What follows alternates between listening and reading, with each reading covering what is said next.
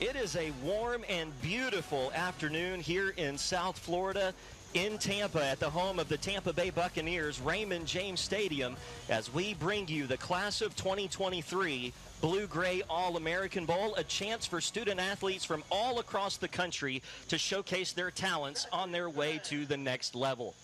Welcome inside Raymond James Stadium. I'm Ryan Castle. That's Jesse Hawley. And Jesse, again, just such a special opportunity for these players to be coached up by NFL coaches in the home of the Tampa Bay Bucs. Absolutely. Talk about special. As a young kid, you dream about playing in these type of situations, and now these kids have an opportunity to, in part, on their way to the next level. So playing here in Raymond James Stadium to showcase their tremendous talent in hopes to continue their athletic careers at the next level.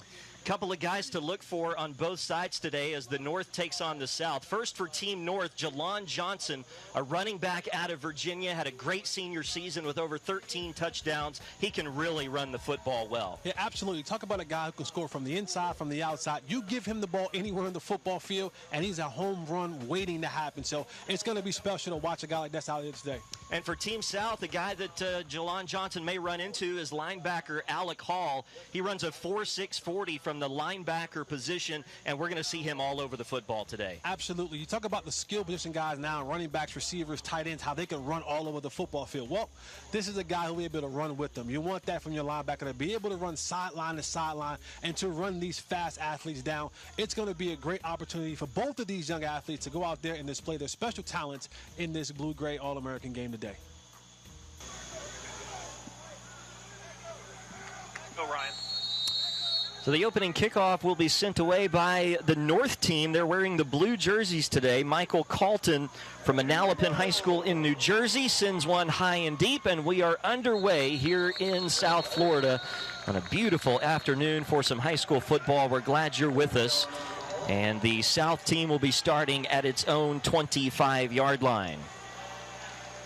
Well, Jesse, we could not have asked for better weather. I know we're at the end of January, but you'd have no idea based on what we're experiencing here this weekend in Tampa. You know, normally they say 40, 50 degrees is football weather. RC. This is football weather. 80 degrees in January. Sign me up any day of the week. I love to go out here and see if I can run a couple routes myself. So the South team will start from its own 25-yard line. We'll see pretty standard formations all afternoon long from both teams. And on the first play from scrimmage, a handoff and a running play, and a good job by the North defense to get there and make the tackle. Nehemiah Hunter from South Granville High School in North Carolina, a linebacker, in on the stop after a short gain. You know, and when we watch these games, Ryan, we're always looking for the spectacular plays. We're always looking for the splash plays. But a lot of times when it comes down to the nitty-gritty of it, is you want to be able to see teams run the football. You want to see guys tackle. You want to see the fundamentals of football on full display because, again, all these guys are trying to find themselves at the next level and give themselves an opportunity to play the game of football. And you do that by doing the fundamental things each and every time on the football field. That was Mason Bowman who got the last carry. Caden Anderson is playing quarterback on this first series for the South. And a handoff on second down up to about the 30-yard line, and that's going to be it. And it's actually Quinn Neiman, I beg your pardon, Quinn Neiman from Lake Minneola High School in Florida, who right now is running things for Team South at the quarterback position, and they're looking at a 3rd and 5 from their own 30-yard line. And one thing that we want to mention about these games where you talk about being able to go from the classroom to the football field, these guys only had a couple days together to put in offense and defense. So you're going to see some wristband stuff. You may even see some mistakes, but they've done a tremendous job, coaches and players, of getting the information to each other and being able to go out there and distribute it on the football field. So 3rd and 5 for Team South, and the first drop back of the game.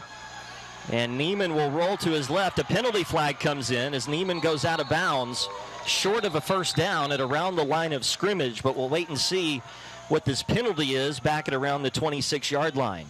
And normally that penalty usually comes when they throw it in the middle of the field where the big guys are at. That's usually where offensive holding happens right there. So this is probably going to come back 10 yards on an offensive holding, and they'll play that game again. But, you know, talk about these athletes, man. There's just so many young athletes. You look at, forecasting these guys wanting to get to college and wanting to get to the league. You think about how important high school football is. Look at the way the NFL is being played today. Shotgun football, RPOs, all those type of things.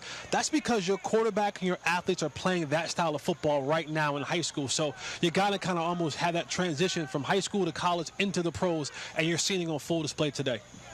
That penalty was declined by the North, and so it'll be 4th down and time to punt for the South. Dominic Roletter, a defensive lineman, was the one getting after the quarterback Neiman on that 3rd down play and forced him out of bounds short of the line to gain. And so now a chance to punt for the South team. This is Daniel Hull, who gets away a good punt.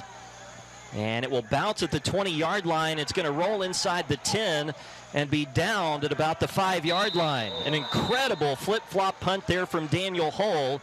And the North will be backed up to start its first drive back inside their own 10. Absolutely. Incredible punt. One of the rules here we have in the blue-gray game is you can't rush the punter. You saw he kind of bobbled the snap, dropped it, picked it up, but he had a booming punt that gave the team, his team, great field position right now. A ball backed up on the 5-yard line. A 95-yard drive will ensue after that. But special teams, we'll talk a lot about it today. From the punting to the receiving part of this thing, it can definitely turn football games. And as a punt returner, we've seen this a couple of times where they will not field the punt, and you see it bounce and earn some extra field position for the punting team, and that time about 15 extra yards on the bounce and roll down to the 5-yard line as Team North hands it off on 1st down for a gain of a couple. And this is Demir Asheru, the quarterback from Plainfield North High School in Illinois. He's a MAC target and a good-looking prospect with a slot on the right. He's going to throw. That pass is going to be caught, and not much of a gain after the catch as the receiver lost his footing. That was number 80, Torrance Washington, up from New York State on the reception, but not much of a gain. It'll set up 3rd down and 7. And again, I go back to, you see this kind of like almost 2-minute kind of situation. Not a huddle, huddle, get back to the line of scrimmage, get the play call in, and run it quickly, trying to catch the defense out of wax. Asheru with a play fake is going to step up into the pocket, throws off of his back foot deep, and has a man all alone for a catch at the 50. And this will be a touchdown for Torrance Washington on a blown coverage, and Asheru found him for an 87-yard touchdown. What a great play. You see the quarterback maneuver in the pocket, finds some open space, steps up. Someone dropped off. The cornerback dropped off the coverage. Quarterback stays alive, finds a receiver down the field wide open. Now, there's a difference between being open, wide open, and wide open. He was wide open for a huge touchdown early in this football game. Team North, pending this extra point, will be up 7-0. I believe that was Jalen Townsend, actually, who made the reception, 82, from Beecher High School in Michigan. He's also a MAC target. And you're right, Jesse. He was wide open. Nobody within 30 yards of him. And the extra point by Michael Calton is up and good. And just like that, a 95-yard drive that ends in a touchdown for Team North. So we will return to Raymond James Stadium, where Team North leads the South 7-0.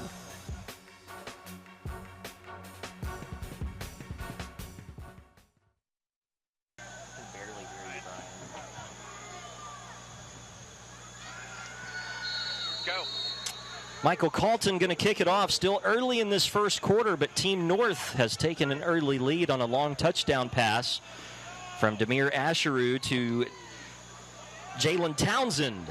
It was a 95-yard drive, and the kickoff by Calton will go through the back of the end zone. The South will be starting at its own 25-yard line. And you mentioned this, Jesse, but I love Demir Asheru's composure in the pocket as we take another look at this touchdown.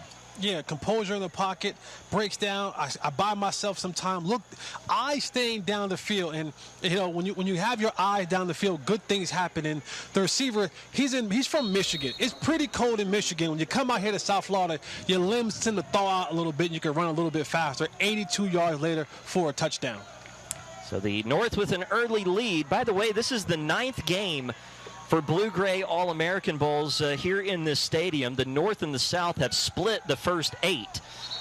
And on first down, the South throwing, and the pass incomplete off of the hands of James McGinn, a quarterback from First Academy right here in Florida. So he's a little more accustomed to the conditions that we're experiencing here today. It'll be 2nd and 10.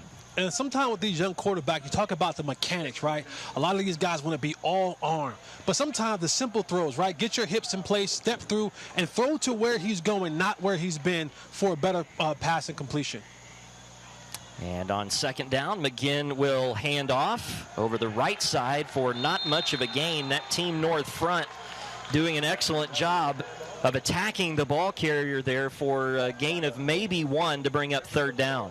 Yeah, you want 11 guys to the football. You hear coaches harp about that all the time. Hey, I need 11 hats to the football. Get there fast, get there physical, get there violently. And that's what you see early on in this football game. You've seen a lot of guys to the ball carrier, not just trying to hit guys, but actually hit and wrapping up and bringing down the ball carrier. Christian Barney is a good-sized linebacker at 205 pounds who made that last tackle. And the South in danger now of going 3 and out for the 2nd time to start this game. And movement up front here. It looked like the North maybe came across into the neutral zone. We'll see if the officials agree with that, and they do. And so that will make this a much more manageable 3rd down situation. 3rd down and about 4. Yeah, nothing frustrates coaches offensively and defensively more than pre-snap penalties. For a defensive guy, you shouldn't be worried about the snap count. Your focus, your sole focus is looking in at the football. You don't move until it moves. And a good quarterback who has a good count, hut, gets you to kind of jump off sides every now and again. You saw that right there, free 5 yards for Team South. We'll see what they do here on 3rd and 4. They want to hand off, and there is just no space for Deontay Burgess, the running back from Mulberry High School here in Florida. He is tackled for no gain, and the South will go 3 and out for the 2nd time to start this game. RC, when you watch this play, right, they're running a little bit of an RPO. Watch how many hats get there. There's 1, there's 2, there's 3. I mean, there's 5 or 6 hats to the ball carrier right now. And that's what you want as a defense. I want a bunch of guys to the football. I want to eliminate all the air space out of there. And we want to meet at the ball carrier, have a party at the ball carrier, and now you get to 4th down and you have to punt the ball away. Well, that series for Team North was the Christian Barney show as he made that tackle again on 3rd down. Now the punt by Hull. His first effort was downed inside the 5. This one will be fair caught at the 27-yard line. And that's where Team North will take over with a 7-0 lead. Their defense looking good early. And they got a long touchdown pass from Demir Asheru to Jalen Townsend. If you're just turning us on, a beautiful throw and catch on a blown coverage. And now the North will send Courtney Davis, a big quarterback at 6'6" and 215 pounds from Wise High School in Maryland. The coaches were high on him in practice this weekend here in South Florida. And so we'll have our first opportunity to see what Courtney Davis has from the quarterback position. He's going to hand off on 1st down. Good push over on the right side of the offensive line and up to the 31-yard line for a gain of 5. And as you begin to start these drives, right, the difference is every series you're getting a new group of players that come in there, new quarterback, new running back, new receiver. So you always want to start out ahead of the sticks. What do I mean? Getting positive yards. A run on 1st down for 5 yards sets up, 2nd and 5, 2nd and 6. That's a much more manageable down than if you have to do 2nd and 9, 2nd and 10. Andrew Swisher got that last carry. Trey Corbin now the running back in the backfield. And Davis will throw, and that pass a little behind the intended receiver, Luke Yoder. Davis with a quick release on that football, but the incompletion will set up 3rd down. a little nerve set in. You know, it's your first series. A lot of times you want to have your quarterback get easy throws right in front of them. Got to just settle down a little bit. Settle down, young fella. Allow your mechanics to take over. Set your feet. See the target. You know where he's going to be. Don't try to lay the ball there. Just throw it, and it'll get there just the way it's intended to do. We'll see if the North goes back to the air. Rodney Beasley, the offensive coordinator, calling the plays. On 3rd and 5. Davis, quick throw to the right side is caught. That's a first down across the 40 and a seam across midfield to the south 40-yard line. On that catch, Tyree Holloway out of Northside High School in North Carolina. Jesse, just a simple screen pass to the right, but Holloway with the yards after the catch. Yeah, this is a tunnel screen right here, and you want the tunnel screen. We call it the railroad tracks. You want that thing to hit right up on top of those numbers so that the offensive linemen are either kicking guys out or pinning guys down, and the receiver gets up the field, right up those railroad tracks, up the numbers. Great gain right there for Team North. And the North will hand it right back to Andrew Swisher on first down, and he promptly picks up 9 yards to the south 30. So Team North up 7-0, driving the ball now on south side of the field. Swisher gets it right back, and will have enough for a first down on second effort to the south 28-yard line. And one thing I've noticed, Jesse, is that the North is going a bit faster offensively, getting the play in a little faster than the south side is. Yeah, absolutely. I want to go back to that tunnel screen, though. You talk about what makes a great screen. It's the timing, RC. I don't want my lineman to get out too fast before my receiver actually catches the ball. I want it to mesh very well, and that's why you have that landmark of, hey, 2 steps up, come back down the trail, allow those linemen to push those guys out, and you get up right behind them, get north and south, find that seam, and you get a great gain, what you saw in that last play. Davis will throw here on first down. Pressure comes, and he gets rid of it. That pass will be caught, held on to by Holloway down around the 20. Nice acrobatic catch by Tyree Holloway, and a gain of 9 to set up 2nd and short. All right, quarterback settled in some. Now they're moving the pocket. He's staying poised and composed, keeping his head downfield. And that's a trait that a lot of young quarterbacks don't have. When they begin to scramble and run, they sometimes drop their head and miss what's opening up in the field of play. But these young quarterbacks are doing a great job of keeping their head up and down the field. And Trey Corbin this time will get the carry. He'll have enough for a first down and then some, down to around the 10-yard line. Corbin is out of Bruton High School in Virginia at 5'11", 195, and we take a look here, running right between the tackles. And that up-tempo offense has been a huge advantage to Team North right now. Why? You can't sub guys in and out. So these defensive linemen got to stay on the field. They're gassed a little bit, and now you're able to pick up those yards in between the tackles. Fake handoff here by Davis, and Davis will score over the right side. A quarterback keeper, Courtney Davis, to the end zone with a 10-yard touchdown run, and the North in front now 13-0. That was a great read there by Courtney Davis, and a great decision to keep it. And he went untouched, 10 yards to the house. Yeah, this is what you get when you've got that RPO working for you all day long. Those linebackers begin to cheat, and they begin to cheat a little bit more. And now you pull it out, and you have the quarterback running out the backside for a wide open touchdown run, untouched touchdown run. That was just a great display of offense for Team North. They used their tempo, they used their strengths, they used their quarterback. They had a little bit of everything working for them on that drive right there. Michael Calton did try and tack on the extra point to give the North a 14-point lead. And he will, with still over 9 minutes remaining in this first quarter. Warm and sunny South Florida. And right now, the North enjoying all of it, up 14-0.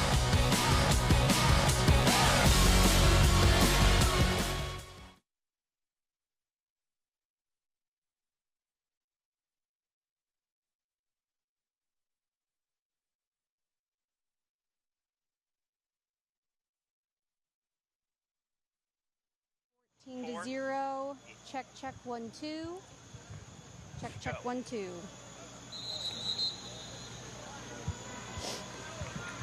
Check, 1, 2. Check, 1, 2, 1, 2.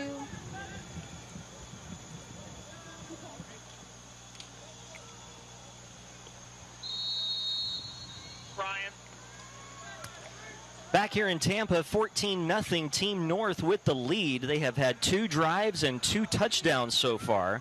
Courtney Davis orchestrating a drive that brought Team North all the way down the field and ended with his 10-yard touchdown run. And now the kickoff will go 8 yards deep and be brought out of the end zone here by the South. And a pretty nice return across the 20. Turning left up to about the 25-yard line was the return man, Mason Bowman. For Team South, that's Cedric Allison, a running back out of Oakdale, Louisiana, with a pretty nice return. Yeah, we talk a lot about what happens offensively, what happens defensively, but we can't neglect special teams. Special teams are special, and so we'll see in these games, whether it's a kickoff return or a punt return, those plays can change the dynamic of a football game. It's a lot of hitting yardage in a return or a punt or things like that. So getting those good returns, getting your offense great field position, or setting your defense up will work wonders for you, and college coaches look for that as well. So Team South on its 3rd drive now, looking for some sort of rhythm offensively, and they'll try a running play on 1st down, and there's just not a lot of room around that left side. Gain of just a couple up to the 27-yard line. Yeah, and what Team South has to kind of work on now is, how can I soften up Team North defense? I got to get some passes on the outside, whether it's a quick screen, a bubble screen, a slant, a hitch, something to make those defenders have to kind of just pause for a second, because these linebackers are coming downhill right now, and that's clogging up the running lanes for the running back and the quarterbacks. This is Sean Fogel's first opportunity as the quarterback for Team South. He will hand off here on 2nd down. And again, not much of a gain up to the 31-yard line. Team North getting there in a hurry. It was Royce Doherty in on the stop. And it's going to bring up 3rd down, and this is a big play. It sounds weird to say that, Jesse, early in this game, but the South already finds itself down 14-0. They don't have a 1st down yet. Big 3rd down and 3. Yeah, this is huge right now, down 14-0. What you don't want to do is give Team North right now the ball back, who is rolling offensively. You want to kind of sustain a drive, give your defense a chance to get a blow. So huge 3rd down for Team South. And that's going to be a false start. Sean Fogel, the quarterback, was actually dropping back, anticipating the snap. And so instead of 3rd and 3, it'll now be 3rd down and 8. Just over halfway through this first quarter, both teams have possessed the ball 2 full times. This is the 3rd possession for Team South. Hard count giveth and hard count taketh away. The South got a 5 yards last time they had the possession. This time they get backed up 5 yards behind the hard count from the quarterback. Again, same thing applies for running backs, receivers, linemen. You're looking at the football. You can't jump off sides when you know the snap count. So 3rd down and 8, and a pretty obvious passing situation here for Team South. Fogel in the gun. And some more movement up front.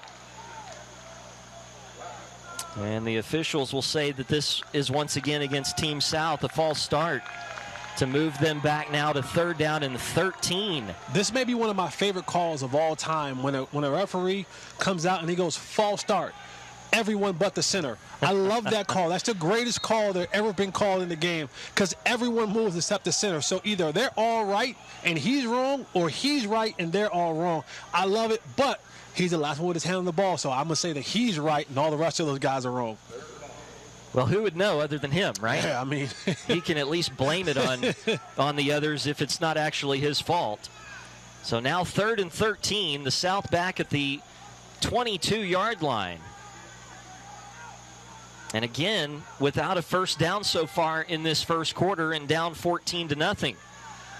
Fogel, with some time, is going to step up into the pocket and will just pick up what yardage he can to the original line of scrimmage, and that's all, as he slides down at the 25-yard line, and Team South once again will send in the punt team. Ryan, there aren't many 19-yard 3rd down plays that you have in your playbook. I'm just, as someone who's been around a few playbooks in his time, coach is like, hey, I got this 3rd 19 play I want to run out there right quick. So when you have 2 false start penalties, that definitely puts you behind the chains and puts you in a very, very tough situation where the defense now just sits back and they'll go, well, we'll just stand at the sticks and give you everything in front and come up and tackle you. So Daniel Hull with his third opportunity to punt here early. This is a good one. And it will be returned here from the 21-yard line. And Kalitri Boyd will be dropped shortly after he fields that punt. Good special teams play there by the South. One of the first guys there was Nigel Dowdell. And so Team North will have the football back, up 14-0 with just over 6 minutes left in this first quarter at Raymond James Stadium. And Jesse, we've seen nothing but efficiency and perfection almost from this Team North offense. And when you look at, they come out, they're ready to go right now. They got their play call, got their sheets on their arms, and they're ready to go out there and play. So this team is really doing a great job with getting the play calls in and getting the line of scrimmage and getting them run. Demir Asheru had a touchdown pass on the first drive. Courtney Davis had a touchdown run from the quarterback position on the second drive. And now we'll see Caden Anderson hand off on first down, and it's a nice gain around the left side for Jake Gill, the running back from Norwayne High School in Ohio. And that's a gain of 9 yards on that first down run. As a play caller, you just love when the things that you're calling are working for your team. I think, Team North, they're just in a good rhythm. Their quarterback, their running back, their receivers, they just found a good rhythm, and it's working for them right now. Anderson will pass here, and that pass intercepted. And here's the return down the right sideline, and this is going to be thrown back into play. That is Alec Hall on the interception. He's the linebacker from Maiden, North Carolina that we highlighted for you at the top of our broadcast. And a big play to give Team South a shot in the arm right there. The return down inside the 5-yard line. And when you look at this play right here, linebacker sitting right there, reads his keys, and the quarterback just, throws it right to him. You're looking at that linebacker just moves out a little bit. I'm not sure about the throwback into bounds play. That might get you screamed at the coach a little bit. But what a great play by the linebacker, reading his keys, getting his eyes back to the quarterback, and the quarterback was making a completion just to the absolute wrong team. Well, that might be a momentum-shifting play depending on what the South is able to do with it. Starting first and goal at the North 4. And a touchdown here would cut that deficit down by half. So a big play there by Alec Hall, who was called by his head coach in North Carolina the best defensive player to come through his high school in at least 25 years. So this is a guy who is really touted from the linebacker position. And here's a little bit of a busted play. Finally a handoff over the left side, and looks like it'll be out of bounds inside the 1-yard line. Nice run there by Cedric Allison, the running back from Oakdale High School in Louisiana. It'll be second down and goal at the 1. We call this Statue of Liberty. Remember Boise State back in the day? They faked it like the pass and handed off behind the back. A little Statue of Liberty right there from Team South. Almost got them a touchdown, got them down to the 1-yard line, but they're pulling out all the tricks right now to get back on the board. I'd love to go back to that here in a second if we're able to, Jesse. Just the fun that generates, the excitement that generates when the coach decides to install a play like that. Here's second and goal, handoff, and going to be brought down short of the goal line, so it's going to be third down and goal. Quinn Neiman is the quarterback on this possession, and now Team South looking at a 4-point play, third and goal from inside the 1-yard line. And I want to kind of give the fans some of the rules in the blue-gray game, because you're probably going to say to yourself, if they don't score right here and it's fourth down and goal, why are they going for it why aren't they going for it on the fourth down? Well, in this game, you don't go for it on fourth down. You have to kick the field goal or punt it away until the last 2 minutes of the fourth quarter. So if they don't get in right here, don't get upset and go, I would have went for it right here. A little bit of rules that we have here in the blue-gray All-American game. Big play right here. Neiman in the shotgun, and he dropped the snap. It's loose at around the 7-yard line. It does look like the South was able to recover it. Neiman able to fall back on it. But that is going to bring up 4th down, and so that means the South will have to try a field goal. That's a big win for the North defense. Absolutely. I mean, to be down to the 1-yard line and be able to withstand right there, that's a huge, huge, huge stop for the North defense. And the ball handling on that right there was a mix-up with the running back and the quarterback. You just can't fumble the football in that moment right there. It just really sucks for Team South. So Connor Gibbs with a 25-yard attempt from the left hash, and that is good. And so that will at least put Team South on the board with 5:22 left here in this first quarter from Raymond James Stadium. 14-3 is the lead for the North. The third member of our broadcast team is Laura Sadler, and let's send it downstairs to hear from her for the first time. Laura? All right, I'm here with Courtney Davis, and you have scored a touchdown on this same field as one of the greatest of all time, Tom Brady. How surreal is that for you? I can't believe it. It's a dream come true. I've never been able to get on this stage and perform like this, so the fact that I can go from watching this field, great players play here, to playing on it is amazing. Somehow, I don't know why, but you have not committed anywhere. What are you hoping to showcase here today for those scouts? I'm hoping to show that I'm a great leader. I'm going in to win. I'm dedicated, working hard, and I'm just out here trying to have fun and show that my family sacrifices matter. Congratulations. Good luck in the rest of this game. Thank you. You too. Let's take it back up top. Hey, thanks very much, Laura. Courtney Davis with a 10-yard touchdown run earlier to give the North team a 14-0 lead at the time. You do your family proud. And right now, 14-3 after the South got the takeaway, the interception by Alec Hall, but they had to settle for a field goal.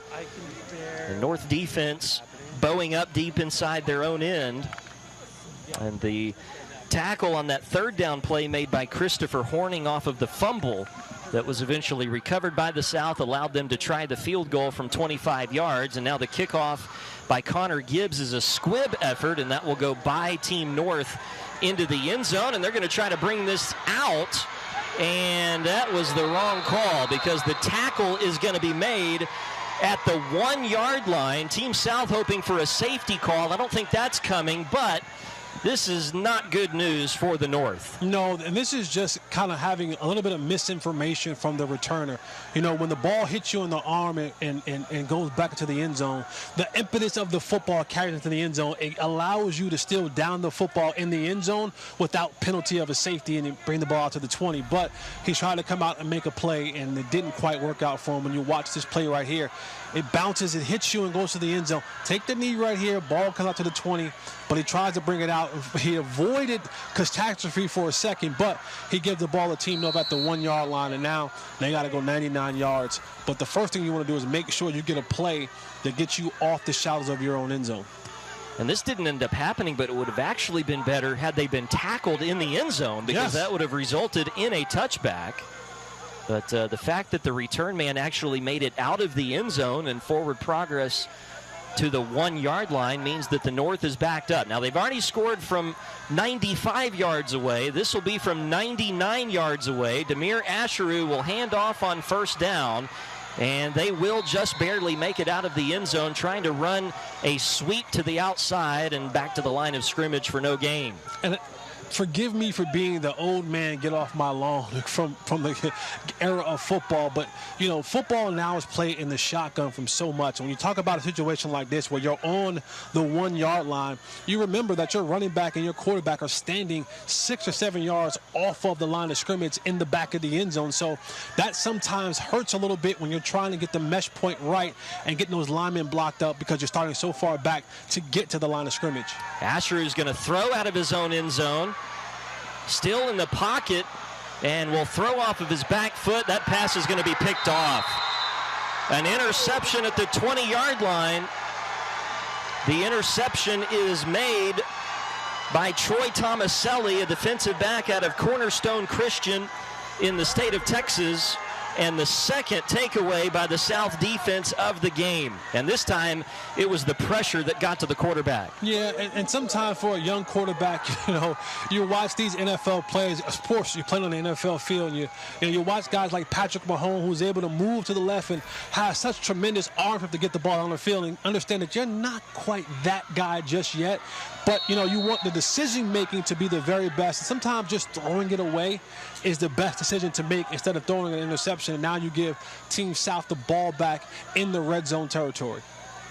Well, at one point in time, this was 14-0, and the North looked unstoppable. Now the South with a chance to cut further into that lead. And the handoff on first down here to Deontay Burgess behind the left guard will get down to about the 14-yard line. That's one of the more productive runs for the South here in this ball game, and it's a gain of 6 on first down. One of the reasons why football is one of my favorite sports is the lesson that you learn within football, the ebbs and flows of the game of football. Sometimes you can start out and things don't look great for you, but it's one or two plays in this game get turned around, and you see it right now, down 14-0, 2 back-to-back turnovers from Team North gives Team South an opportunity to get more points on the board. James McGinn will hand off again to Burgess, and Burgess will fight his way down to the 11-yard line to set up 3rd down and 1. Funny enough that Team South is still without a first down in this first quarter, but with an opportunity to pick up one here on 3rd and about a yard with 3.5 to play in this first quarter. The North still in front 14-3. And this is my bias speaking because I'm a former wide receiver. But Team South has to get a little bit more of the passing game going from them. The running game is like, 1 yard in a cloud of dust. Got to get that passing game going on just a little bit. And once again, Team South trying that hard count, and it's going to pay off for them this time, it looks like. That will be against the defense, and it will result in an automatic first down, the first of the afternoon for Team South, and it will set up 1st and goal from the North 6. Yeah, just got to watch the football right there. Getting a little bit past, rush happy, not watching the football, listening to the clap or the sound of the quarterback's cadence. All you got to do is get your eyes fixated on that football. When it moves, you move. Get in your stance, get locked and ready to go. Don't worry about what the quarterback is saying. Don't worry about what the quarterback is clapping. Your focus is on the football. When the pigskin moves, you go and get it. Burgess and Mekhi Phillips are the running backs. McGinn in the gun is going to throw on 1st and goal. Lobs one to the end zone, man, wide open, and that was Jackson, who is unable to hold on. Now, that should have been a touchdown for Team South. They got back into the picture to make the play defensively, did the North. And you take another look there. That pass should have been caught by Jackson. We have a saying from the wide receiver perspective is look the ball into the catch. And you see that player right there, the receiver, he looks the ball and then he looks down as if his feet is kind of too close to the inbounds, and he takes his eyes off the football. Routine catch, routine play. But if you don't do the routine thing with your eyes, it comes in an unroutine result, which is a touchdown essentially dropped for Team South. That was a nice play by the North not to give up on it and make things tough on Jackson. Now 2nd and goal at the 6. McGinn will throw again. Fade to the left side is incomplete. They were playing press coverage on the outside, and that incompletion now will set up 3rd down and goal. And they're trying to do what you said, Jesse, try to get the passing game involved, but have not been able to do that successfully on 1st or 2nd down. Yeah, well, you had a touchdown and the receiver dropped it. I've never really been a fan of the fade to the short side of the football field. You got all this room down here on the bottom part of the football field. Gives your quarterback a much easier throw, much more room to navigate. Short side of the field, it's either have to be all or nothing, and you can't make a mistake. McGinn will throw on 3rd and goal across the middle, and that's batted down. Incomplete.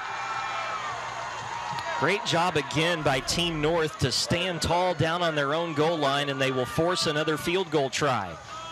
When you get down in that red zone, everything now gets constricted. You don't have much room because players have nowhere to back up. The end zone is right there, so they're gonna use that as their 12th man. And so when you don't get that first touchdown because of the drop, things get a little bit more tight and tight and tight and tight. And now you're trying to fit throws into windows that, at this juncture, in this age of the young kids, may not be able to fit into, but you want that first touchdown to happen, and now you'll settle for a field goal. Connor Gibbs was good from 25 earlier. This attempt from 23 yards is up and good. And so the South has now cashed in both of its takeaways with field goals. But certainly could have been a lot more, especially on that drive. They had a ball that was dropped in the end zone. And so for Team North, once again, Jesse, you have to feel really good about the way the defense was able to stand up there and hold the South to field goals. Absolutely. We consider that a win for the defense. When you get a turnover in your own territory and you hold that team to 3 points, that is an absolute win for the defense. Now you need your offense to come back out there and do what they did their first 2 possessions. Get a long, sustained drive, get some points on the board so that you can continue to increase that cushion. What was 14 points is now down to 8. We'll see what Team North is able to do after this kickoff.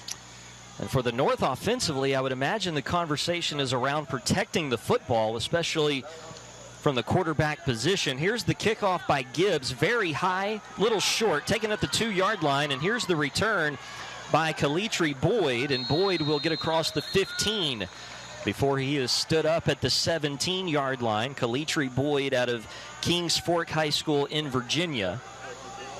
And the North will be starting at their own 17-yard line. They've had really poor starting field position all afternoon long in this first quarter. They've been able to turn a couple of those into long touchdown drives, but a couple others have ended in turnovers. That's not a coincidence. This kickoff coverage team has done a really good job for Team South. And, a lot of people don't want to play kickoff, but, I can tell you as someone who did it for the league for 4 or 5 years, it pays well if you do it right.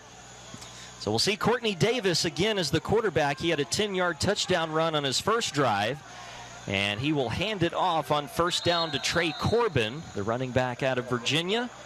Corbin up to around the 20-yard line for a gain of a couple. And when you watch these RPO plays, right, the quarterback, he's looking at the defensive end. He's saying to himself, if the defensive end dives down, I'm snatching it from the running back and I'm going off the edge. If the defensive end stays up, I'm handing it off to the running back and allow him to find his way through the middle of that offense. Here's a fake by Davis. He'll keep it himself, and look at the 6'6" fella go across the 30, still on his feet, going to reverse field and dive up close to the 40-yard line. What a run by Courtney Davis. Jesse, he's 6'6" and 215 pounds and can run like that. Watch right there. The tackle gets that block on the defensive end, lets the quarterback know, I got a blocker out in front of me, and the rest is just God-given ability. Going out there, using that size, that speed, that athleticism, being able to cut back across the grain, something that I couldn't do at a young age, but these young players are totally different than me. Well, we mentioned earlier downstairs with Laura that right now Davis is uncommitted. I can't imagine that would last very much longer. And here's an option pitch coming to the near side. Trey Corbin takes the pitch from Davis and gets up to the 45-yard line. A gain of 4 on that play. And you like the variety in the play calling from the North team, and Coach Rodney Beasley, the offensive coordinator, Dick Bell is the head coach. Rodney Beasley, who was an NFL trainer for the Carolina Panthers, product of Greensboro College, and a recipient of 2 Purple Hearts as an infantry paratrooper as a member of the 82nd Army Airborne Division. He has been an integral part of the blue-gray football team for about a decade now, as Davis loads up and goes deep, and that pass incomplete. Good coverage provided on the play by Team South. That was J.R. Millar out of First Academy in Florida who had the coverage there. And it's going to bring up a 3rd down and 6 with under half a minute to play in this first quarter. The North leading the South 14-6. And to continue on with Coach Beasley, I always want to say thank you for your service, Coach. That is, we talk about, football being warriors and soldiers and all that kind of stuff. Well, Coach Beasley was actually one who was defending our country, and we thank you for that. And the one thing about these young men, what they get an opportunity to do is be around a lot of these veteran guys, not only for the game of football, but for being able to help impart some wisdom from male to male. And a lot of these young players need that. You never know what their family situation is, but people like Coach Beasley who pour back into these young men definitely even though they're together for a short amount of time, can be something that's life-changing if there's a message or there's a word of encouragement that one of these young players needs, one of these young men needs. So thank you, Coach Beasley, for all of your great work with these young men, with Blue Gray All-American Bowl, and everything that you've done for this country. Absolutely. That's really well said, Jesse, as we're at the end of one here in Tampa, 14-6, the North with the lead through the first quarter. We'll be back for the second quarter here in Tampa after this.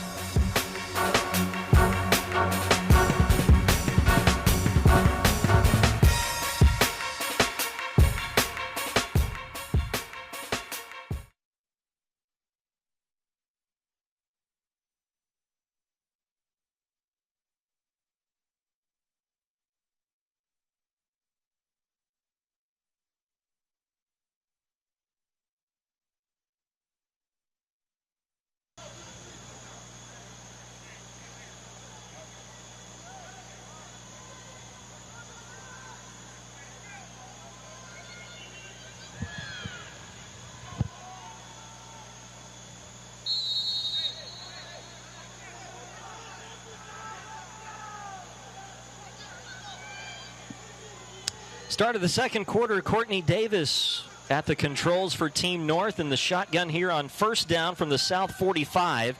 And Davis will throw deep. That pass is going to be held onto and caught down around the 21-yard line. The reception made by Tyree Holloway.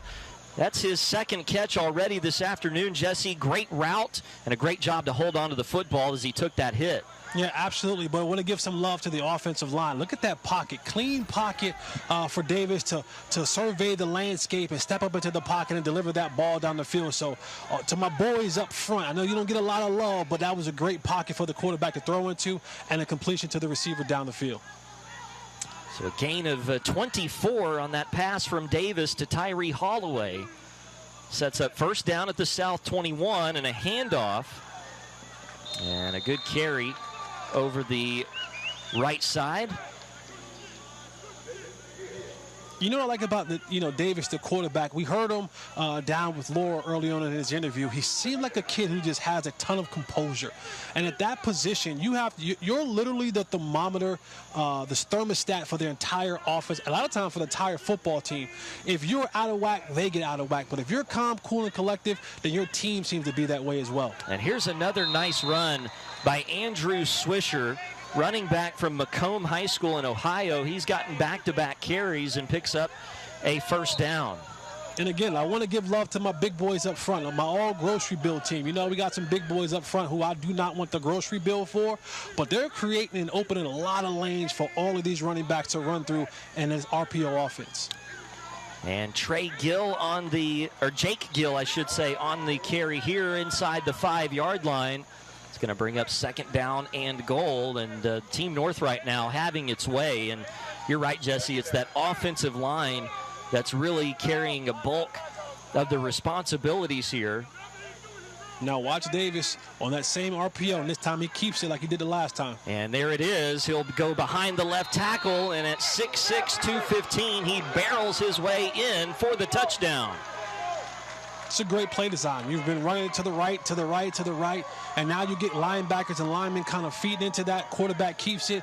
He's long, he's physical, he's rangy. All he got to do is get to the line of scrimmage and lean over for a touchdown. Great play right there by Coach Beasley calling it. Great play by the quarterback running it.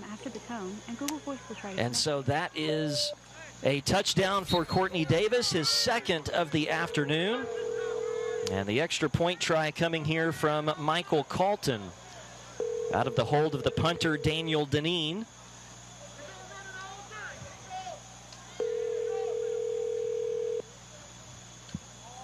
And the hold a little iffy, but it looks like Calton was able to get it up and in. Just underway in this second quarter, and the North leading the South 21-6. DNA Studios, LLC. To accept, press 1. To send a voicemail, press 2. So a good drive put together there by the North as we take another look at the touchdown. Courtney Davis again on that option. You can see it actually fooled our camera crew, and Davis able to keep it himself. And with that size, Jesse, again, you mentioned it, but just a great play call and a design there by the North. Absolutely. Whenever you fake out the cameraman, that's a pretty good play design right there. And they set it up all the way down the field. When you get penetration, when you get your offensive line to recreate the line of scrimmage, meaning pushing that defensive lineman back and allowing those holes to open up for the running back, it makes it a lot easier for these athletic, rangy quarterbacks to snatch the ball out of the stomach of the running back, find their way, and just lean forward. So Team North 21-6 up over the South here in this first half, and they have really looked good offensively despite 2 turnovers in the game. They've had a couple of interceptions, but fortunately, those have not led to touchdowns, and give credit to the North defense for that. Here comes the return for the South, and a good coverage provided by the North. Only to the 15-yard line comes the return. And bringing it up for the South was Nazir Jones, who's actually listed as a linebacker at 6 foot, 180 pounds from 96 High School in South Carolina. Only got back to the 15-yard line, so the South will be backed up just a bit to start this next drive. And this is a big drive here, Jesse. Early in the second quarter, the South down by 15. They've got to find some momentum and some rhythm moving the football down the field. No, they absolutely do, because as this game goes on, if you can't find any rhythm, it seems like the team North has all the rhythm. But this is a good start to it right here. Yeah, very nice start to the drive for the South as Elijah Farmer got the carry around the left side from Clover, South Carolina. And that's a first down carry up to the 28-yard line. Good play by the running back, just trying to find a little bit of airspace wherever he can. The middle was clogged up, so he bounces to the outside. The tackle kind of gets that end hooked, and he finds some running room around the edge for a first down. And back to throw here on this first down play. Sean Fogle rolling out to his right. And the pass incomplete, intended for Tyson Gast, a receiver out of Lake Gibson High School in Florida. Shane Eller provided the pressure there to force Fogle out of the pocket. It'll be 2nd and 10. Good play right there by the linebacker, reading his keys, understanding who I have. I got the running back in the flat, and you want to, again, eliminate all that airspace, be tight in coverage, be in his hip pocket, so that when that ball is released, now I can kind of just, we have a little bit of a tug, but I can get that outstretched hand out there for an incomplete pass. The South will have a slot on the right here on 2nd and 10 from their own 28-yard line. And Fogle is going to hand off inside. Good effort to get up to about the 33-yard line there. That was, again, Farmer on the carry. It'll be 3rd down and about 5 coming up here for the South, trying to keep momentum going on this drive as Barry made the stop for the North. Yeah, another critical down right here. You want to make sure that you extend this drive. Team North has kind of found that rhythm again offensively, so you don't want to give them the ball back right now. 3rd and 5, you want to be able to kind of help this drive be sustained a little bit more to give yourself an opportunity to score some points. Team South really needs to stay connected here early in this second quarter. Fogle in the shotgun. They're going to hand it off, and a nice play made defensively. That's Nehemiah Hunter with a tackle for loss on the ball carrier, Jonathan Jackson, who could not turn the corner. And the South will have to punt it back to the North. Yeah, Nehemiah Hunter, I like that name for a linebacker, Hunter. And that's what he did right there. He saw the linebacker and hunted him, saw the running back and hunted him down, defeated his block, got to the outside, and eliminated the running back for a loss. 4th and 7, and Team South, will have to come out and punt this ball away. Kalitri Boyd will be back deep to receive the punt. And this type of yardage right here, you're thinking about it, this is an opportunity for a good type of return. The returner will have some time. He'll have some space.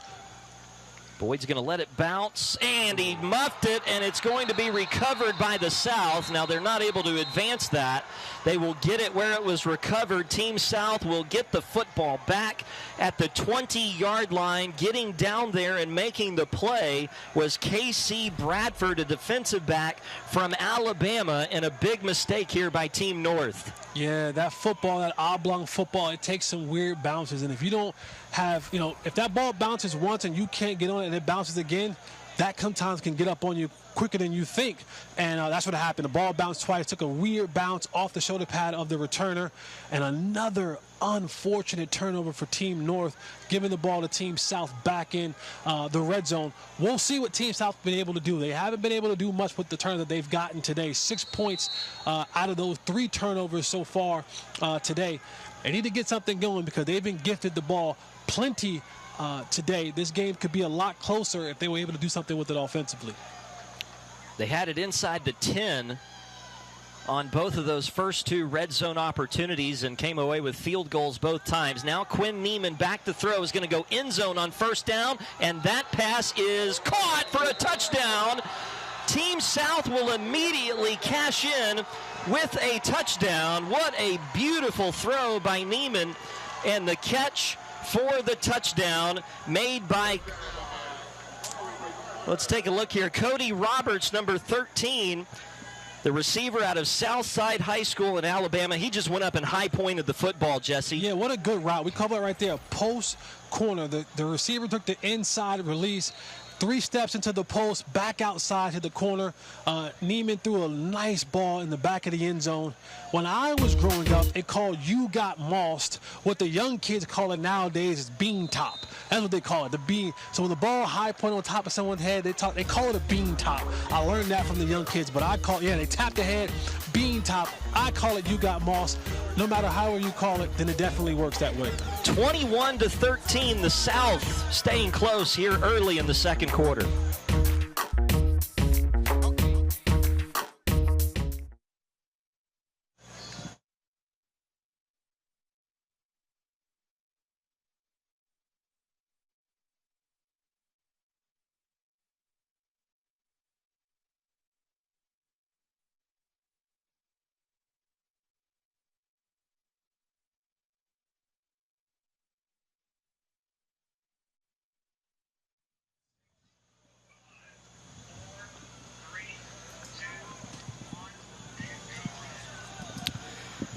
The South back to within 8 after a touchdown pass from Quinn Neiman to Cody Roberts. The South able to cash in immediately on the muffed punt that was recovered at the 20-yard line, and the South right back in this football game now.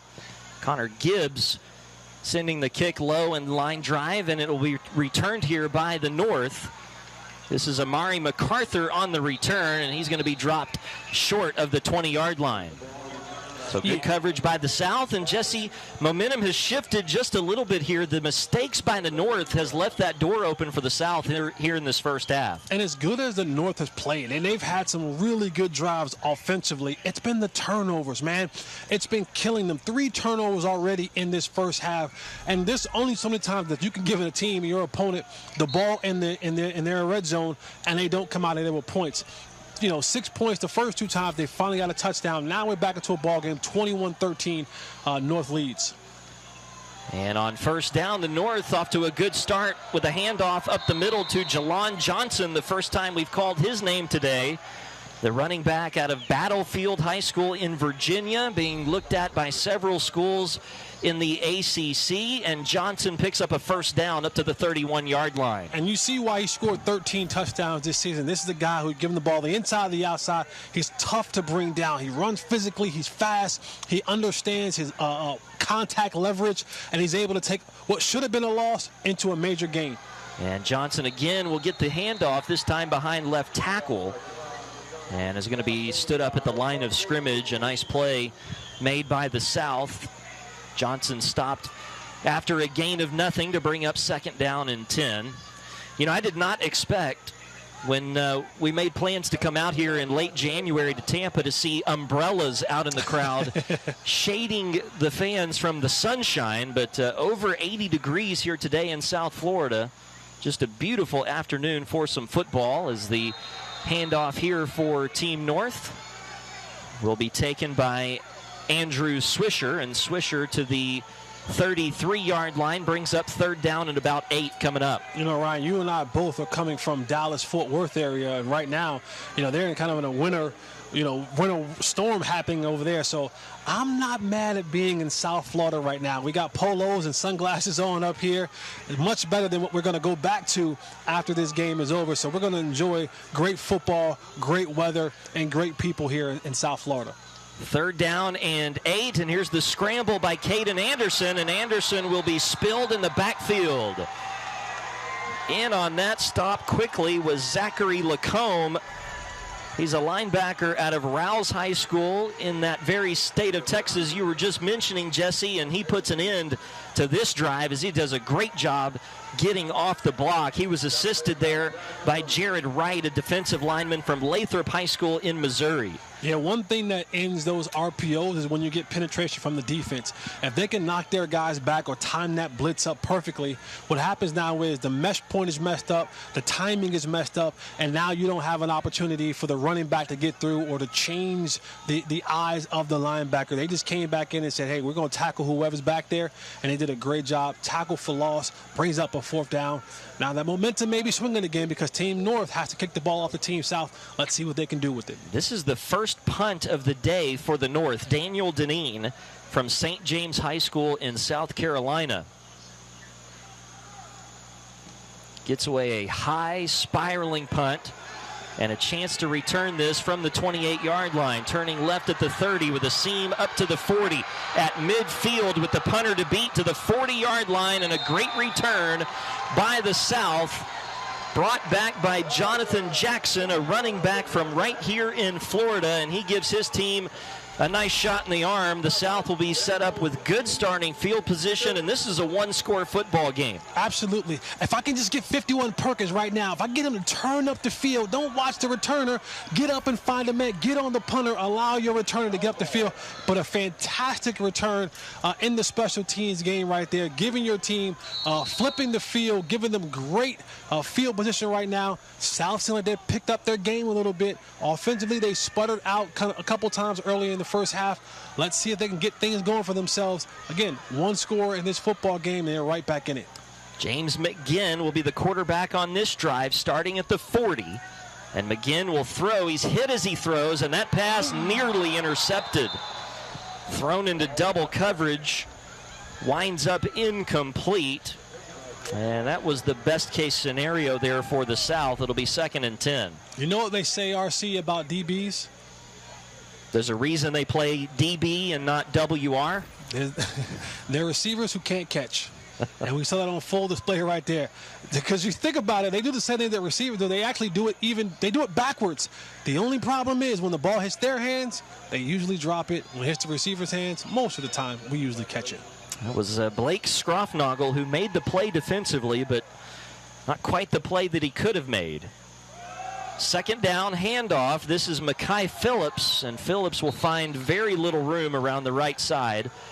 Got to the 38-yard line for a gain of 2 to set up 3rd down and 8. Yeah, watch the linebacker in this play. We call this scraping. He comes down, he's reading where the hole's getting ready to open up at. Doesn't open, he scrapes off that hole, meets the running back on the outside, tackles him, slows him up a little bit for the cavalry to come. That's one thing the North has done really well today on defensively. They've gotten 11 guys to the football. They've corralled the runner and made sure that whatever gain that he got, it wasn't more after that. It was, all right, you got this game, but we're here now. We're bringing the ball carrier down. James McGinn trying again for that hard count. Had a player in the neutral zone, but they didn't snap it.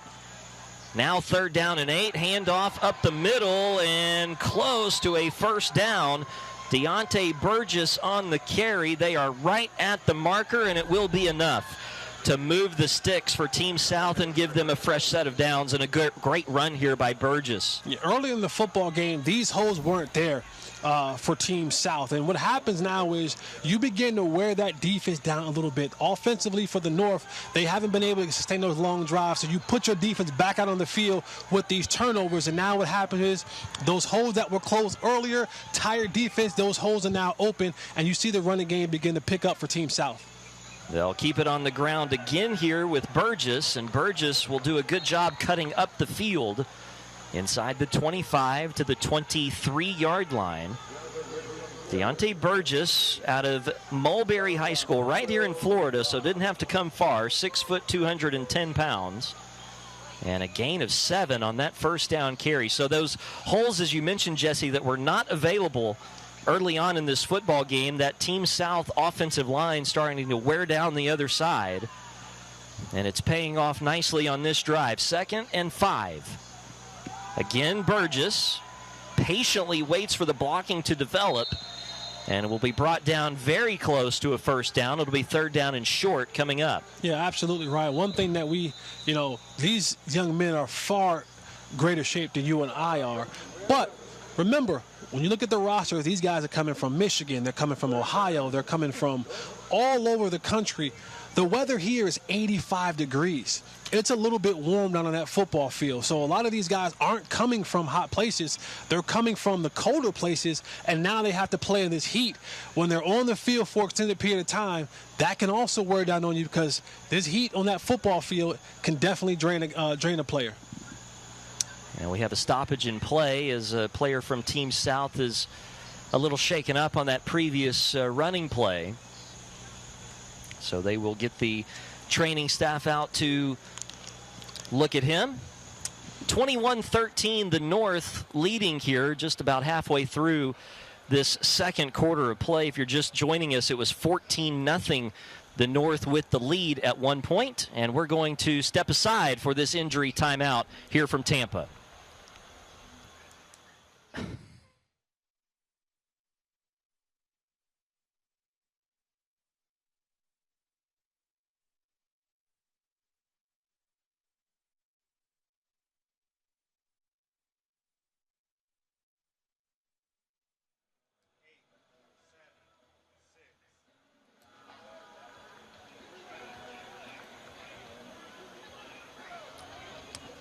Back here in Tampa, just over 7 minutes remaining in the second quarter. The South with the football, down 21-13, but they've got it at the North 21-yard line, and a big 3rd down and 1 coming up here for the South. James McGinn is in as the quarterback for the South team. Ken Stills is their head coach today here in Tampa. And they're going to hand off. This is Burgess, and Burgess will be brought down from behind. A nice tackle made by Shane Eller. This is going to depend on the spot. They were very close to a first down, and it looks like that Eller got to Burgess for no gain.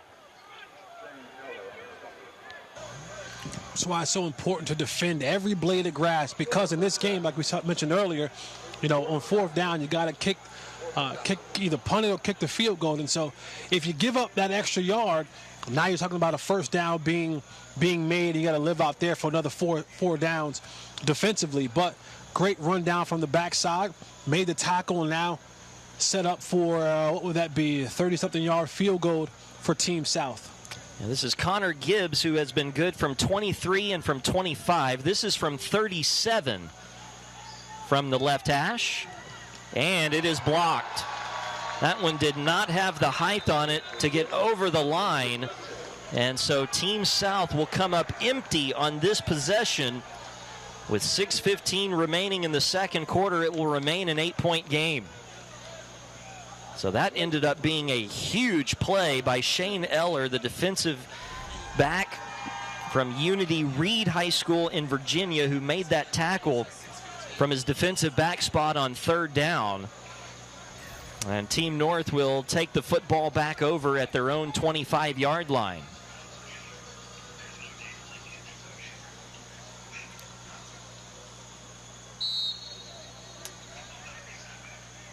So the North will start from their own 25. And this will be Demir Asheru in the pistol formation on 1st down. Asheru had a touchdown pass on the first drive of the game. Here's a little trick play on an end-around pass deep down the field. That's incomplete, but several flags fly in as the pass was intended for Torrance Washington. And this will be defensive pass interference coming here, Jesse. You know, we normally see this play run as a first play of the game, but Coach kind of been holding this in his pocket a little bit right here. So he's pulled it out late in the second quarter. And while it wasn't successful in the completion, it was definitely successful with the yardage. Unlike the National Football League, this play is only worth 15 yards instead of the distance in which the ball traveled. That was Kalitri Boyd who let that pass fly, and it really wasn't a poor attempt at all, especially when you consider the pressure that he was under. That was nearly completed even despite the pass interference. So a 15-yard penalty moves the ball up to the 40. And a handoff on first down, and that's going to be for a loss as Gray Herring, the running back from River Bluff, South Carolina, is brought down for a loss of 1. Herring plays at the high school that Anthony Giuliano is a coach at. Giuliano with Coles Kicking is the special teams coordinator for the North, so Anthony getting a chance to coach one of his own. And Gray Herring this weekend in Tampa. Loss of 1 there brings up second down and 11 with 5 minutes to play here in the half. Asheru back to throw, steps up, has a man pass caught. Nice post corner and a pass caught by Kalitri Boyd into South Territory to the 36-yard line. Really good route by Boyd right there. You see him slip inside that inside defender, get on top of him, and that allows the quarterback some room to throw it right over the top of the defender on the corner route for completion. Team North back at it again, moving the ball down the football field, kind of almost in red zone territory. A really nice decision-making by Asheru there. Knew exactly where he wanted to go with the football and delivered it nicely to Boyd for a first down. At the South 36-yard line on first down, Asheru will hand off. And not much room there to maneuver for the ball carrier. Going to be a gain of about 1, maybe 2 to the 34-yard line. Jake Gill on the carry. And it will be second down coming up. 4:30 left in this first half. Ryan Castle, Jesse Hawley, our entire crew here at Raymond James Stadium. Laura Sadler, the third member of our team, down on the sidelines. The North, they were able. Mike's on. Asheru back to throw here on 2nd and 8. And look at him thread the needle on that pass, caught down around the 15-yard line. It's a really good pass by the quarterback right there. And having Mason Bowman up the seam, understanding that I'm going to take a hit from this safety. And our coach used to always tell me, you're going to get hit regardless. It feels a lot better when you get hit and make the completion opposed to getting hit and not making the completion. Great pass, great catch by Bowman. Team North first down in the red zone. Bowman, the running back out of Tennessee, played at Monterey High School. And the handoff here to Gray Herring. Herring back to the line of scrimmage, and that'll be it. It'll be second down, and Asheru here, Jesse, with a couple of really impressive-looking throws on this drive. Yeah, because when you look at the way that Team South is playing defense, they have that single high safety, and he's kind of leaning towards the two receiver side, which gives those seam passes a little bit better of an opportunity to be completed because he has to play so much space, and they've completed 2 of them so far. That last one to Bowman was gotten them now to the 15-yard line. We'll see what they run from here, but watch how they're using those slot receivers. Play action. Asheru threw it a little behind the receiver, but it is caught. And inside the 10-yard line, very close to another first down. Kalitri Boyd on the reception.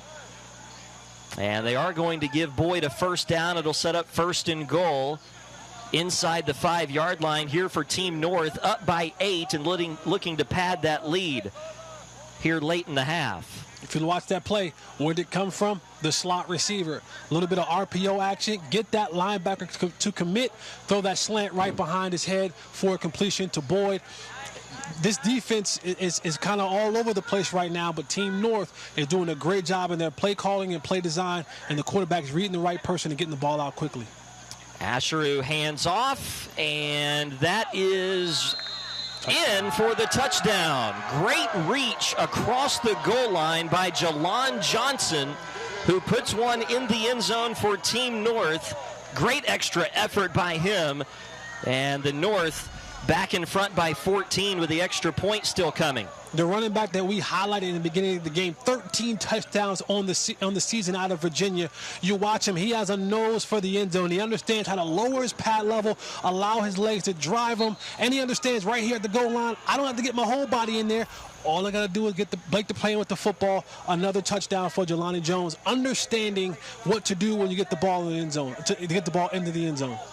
Really good effort by Elliott Jamison, the linebacker for the South, to try and keep Johnson out of the end zone, but was unable to do so successfully, and the North in front now 28-13, but a high-scoring first half here from Raymond James Stadium with 3:23 remaining here in the half. And this has been primarily on the ground for the North. That is their third rushing touchdown. And the only touchdown through the air from Demir Asheru. Alec Hall joining us now. Playing on a field of this magnitude, I'm sure it can come with some nerves. In the North, they were able to get a little bit of a jump on you guys, but how do you feel your team is settling into this game now? I think we're starting to calm down a little bit. You know, if everybody flustered, they can't really do what they need to get done. So I'm trying to calm my team down so they can get to it. We have to brag about you for a second. Your head coach, your high school coach, said that you are one of the best defensive players he's had since the 1990s. What part of your game are you hoping will translate here today for us to see? You know, the way I read the field, I think, like, if you're in the right spot at the right time, you can get it done. Like, early in the game, try to get my defense going, got a pick, get us there. Awesome. Well, congratulations and best of luck in this game. Thank you. Thank you. Let's take it back up to Ryan and Jesse. Okay, Laura, thanks so much. Alec Hall, who we highlighted for you at the top of our broadcast, looking really hard at staying home, close to home. Possibly North Carolina or North Carolina State could end up being the home for Alec Hall. We'll find out over the next several months, but he had a great interception, as he just mentioned earlier in this game, for the South, and a really good-looking linebacker out of Maiden High School in North Carolina. The return by the South to the 20-yard line. That's where they'll start, down 28-13. With 3:17 remaining here in the half. So a chance to put some points on the board prior to halftime. Now, as a 4-year starter at the University of North Carolina, a national champion at the University of North Carolina, I don't have any bias. Okay, Ryan Castle? None. I don't have any bias at all. All I'm going to say is this. NC State is the little brother stepchild of North Carolina Chapel Hill. That's all I'm going to say. So, Alec, if you're looking for the right place to go in your decision making, no bias, Ryan Castle, no bias from me, the North Carolina Tar Heel. No bias from me. All I'm saying is, if you want to make a smart decision, if you want to make the best decision, and you want to go to the school that truly represents the state of North Carolina, I'm just saying 15501 heads right into Chapel Hill. Just saying. I don't think, partner, you could have been any more objective. No bias. No bias here. No bias here. No real affiliation with the Chapel Hill area or university. Just got my degree from communications in there. It was a 4-year starter, 2-year basketball player, national champion. But there's no bias from me. Okay, Ryan?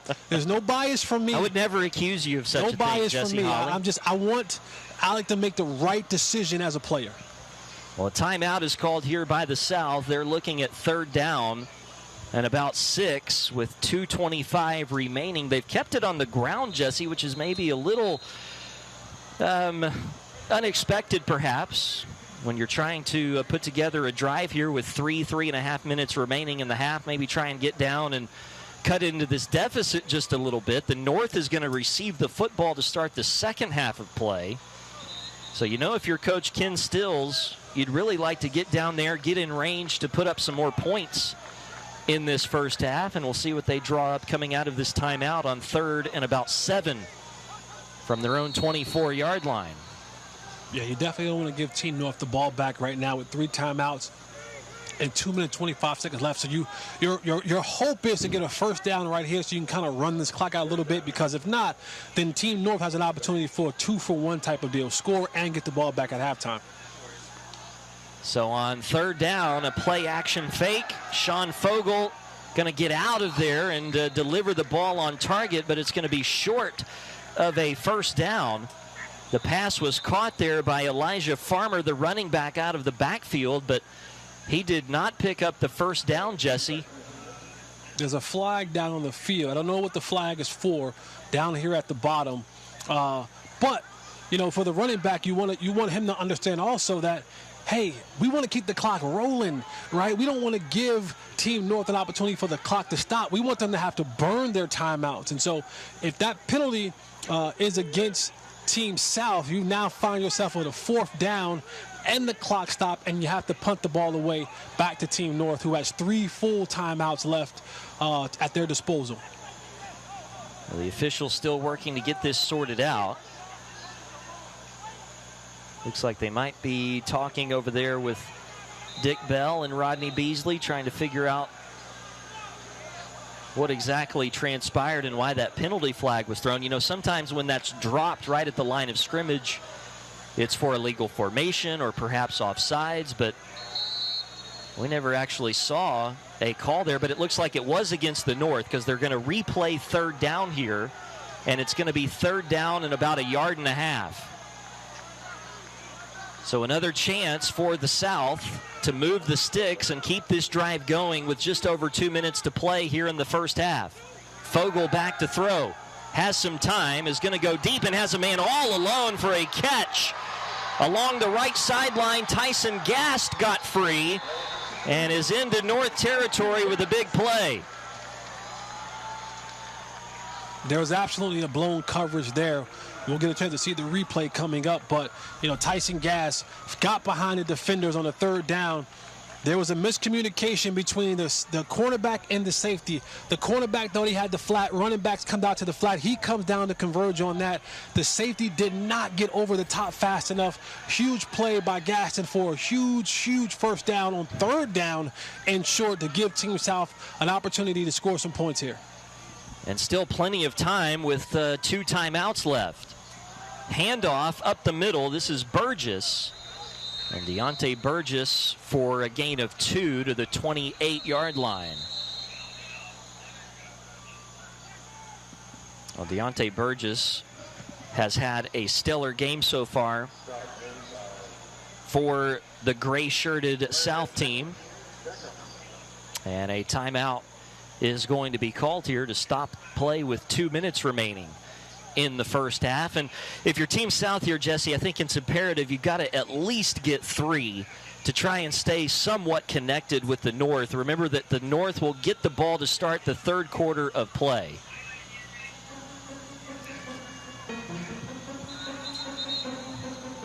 As we take a look at Courtney Davis with a touchdown run earlier. That was his first of 2 touchdown runs for the North, who lead it 28-13 here in Tampa. And Davis is a big reason why, with his ability to run the football. Yeah, he's a big kid, 6'6". You can see the size and the athleticism on him. You know, 2 touchdowns running the ball today. He's one of those guys. If we have an early MVP candidate, he's my early MVP candidate of the Blue-Gray All-American game. So back to play after the timeout. 2nd and 8 for the South. And Fogel will turn and will hand it off. And Jonathan Jackson, who's had a couple of electrifying plays already so far, will gain close to 5 there on that 2nd down run, bring up 3rd down and about 2 or 3 coming up. And this is a good spot to be in when you talk about as a quarterback and as a play caller, because now I still have the ability, if I feel good about the RPO, to run the football for the first down, but I also now can roll my quarterback out. I have other options that I can get into to extend this, and it really puts the defense back on their heels, because they have to now defend every inch of the field, the run and the pass, and you have options on both of them. Fogel with 2 running backs is going to turn and hand off on the sweep. And this again is Farmer, Elijah Farmer, inside the 20 to the 17-yard line. That's enough for a first down for the South. Still a minute 10 left here, Jesse, so some time to take shots at the end zone. See if you can put one in the house to get 7 before the half. And, you know, I feel like if you're Team South, getting a touchdown here would really make you feel good about a first half that for the most part has been dominated by the North. Yeah, absolutely. Getting points here will definitely put you in a situation where you're saying, all right, we had opportunities. We didn't converge on a lot of the turnovers that we got, but we're still in this football game, and anything can happen in the second half. So getting some points here would be paramount. Fogel will go to the end zone, and that pass is going to be intercepted. He overthrew Aaron Jackson, and it is picked off in the end zone.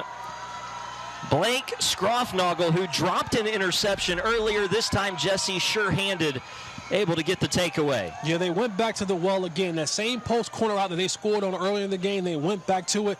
But this time the safety said, fool me once, shame on me. You won't fool me again. Is in there for the interception. Ball back to Team North with full complement of timeouts, might I add, Ryan. 3 timeouts with 35 seconds left. You still have a lot of time, and anything is open now. You can throw down the middle of the field. You can throw on the sidelines. Anything is open because you have those 3 timeouts to your disposal. So we'll see exactly how aggressive Team North and Rodney Beasley wants to be here with 35 seconds and a 28-13 lead. We've seen the North be susceptible to the turnover in this first half. So you wonder if the North may be just content to hand the ball off a couple of times and go to halftime with a 28-13 lead, also knowing they'll get the ball to start the third quarter of play. They're going to hand off to Andrew Swisher, and Swisher will be tackled around the line of scrimmage for no gain. The South, up on the board at least, it appears still has 2 timeouts, and they're going to call one of them here to stop the clock with 26 seconds remaining here in the first half. Yeah, that's a little bit odd, right? You would, for Team South, you don't want to stop the clock. You want the clock to keep running. For Team North, you have 3 timeouts, so you want one of them to take one. But Team South gifted Team North a timeout, and now if I'm Coach Beasley, I'm trying to put points on the board. I'm going 2 for 1. I'm saying I get the ball at the halftime, so I want to put myself in a position that I don't want to turn the ball over and be too reckless with it, but I want to give myself an opportunity to potentially have a big play, a splash play, where I can get myself in, if not touchdown range. You know, these young kickers, man, they got good legs. They can hit from 40. We've seen some guys hit from 50 yards out. Give them a shot. Well, especially with Courtney Davis in there, you know, he's shown the ability to run the football well. You just let him scramble and see if he can bust a big play, but that apparently not the thinking for Team North. They want to go to the locker room and talk about this 28-13 lead that they have amassed in the first half here in Tampa at the home of the Buccaneers, Raymond James Stadium. As we go to halftime, it's the North 28 and the South 13, and Courtney Davis with 2 first half touchdown runs to lead the way for Team North. We'll return to Tampa, Florida here in just a moment. The North in front of the South, 28-13 at halftime.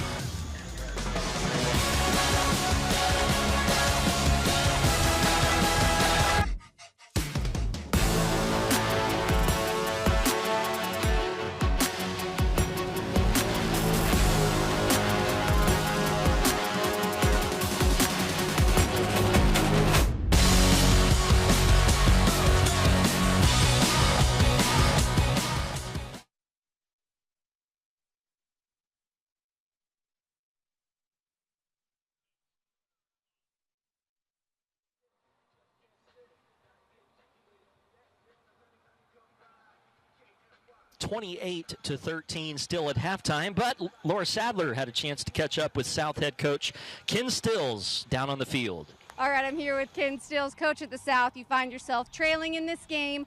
What will be your message in the locker room to your boys to turn this around? Well, you know, we can't turn the ball over. We've been down the red zone here. We dropped a touchdown on a tight end pop pass. We just threw an interception on a smash route to the corner. We got a field goal blocked. We turned the ball over. So, it's just be efficient with the football. Do what you're supposed to do. It's tough. You get 3 hours a day, 6 hours total to work with these guys and their timing, but, just the little things. Be professional in your job and what you do. Take care of your business. 11 guys doing their assignment, and things are going to work out. I mean, we've had opportunities. We've been down there. So we got a chance this ball game. I know you want to win this game, but more importantly, I know you want this to be a great experience for the kids. What are you hoping they get out of this? Well, for some guys, it's going to be their last, high school football game ever. So it's an opportunity to play in a pro stadium and maybe take that picture and have that memory on their office desk, when they're working for a major company. For those next guys, it's an opportunity to play and test their skills against some of the best guys in the country. And if you can do that and have success and know you're going to go off to college and have success as well.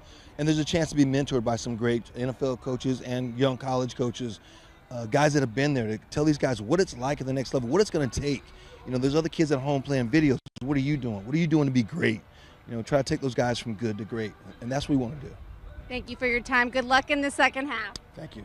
Stay with us. We'll have more football after this.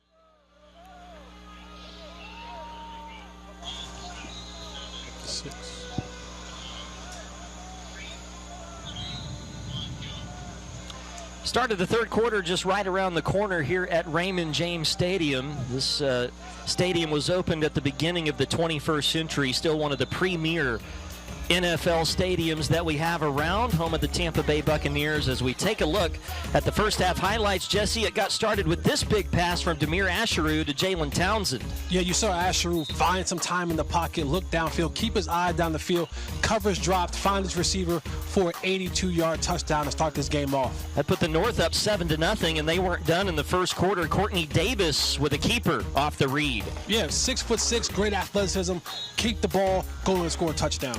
The South then was able to get 2 takeaways, but unfortunately their offense unable to produce touchdowns off of those takeaways. 2 field goals made it 14-6.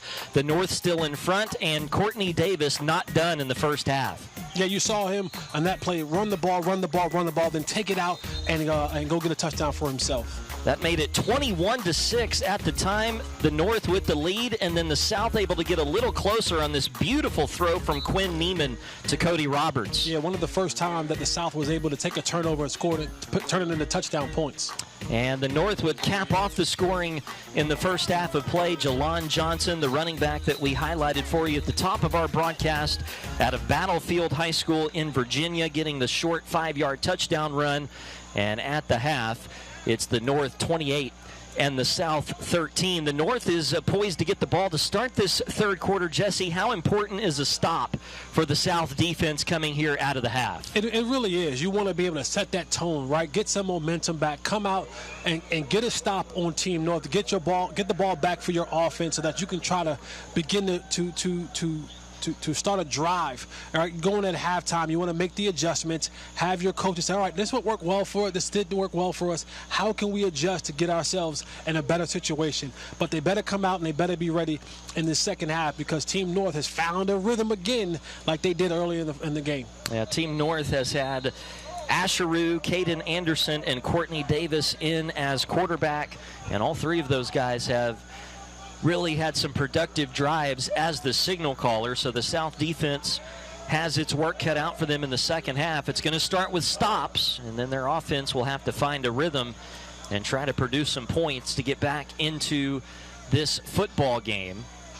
We mentioned earlier that this is the 9th Blue-Gray All-American Bowl that's been played in this stadium.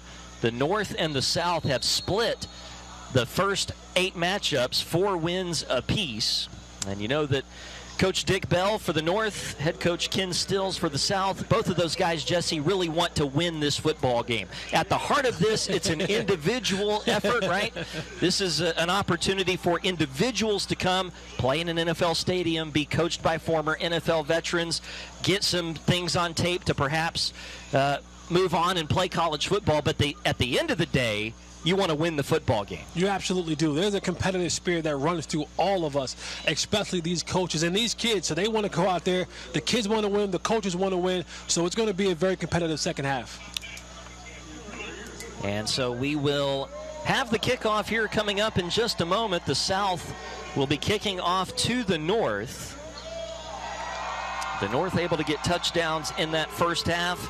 2 rushing touchdowns from Courtney Davis, a touchdown run by Jalon Johnson, and everything started off with an 82-yard touchdown from Demir Asheru to Jalen Townsend.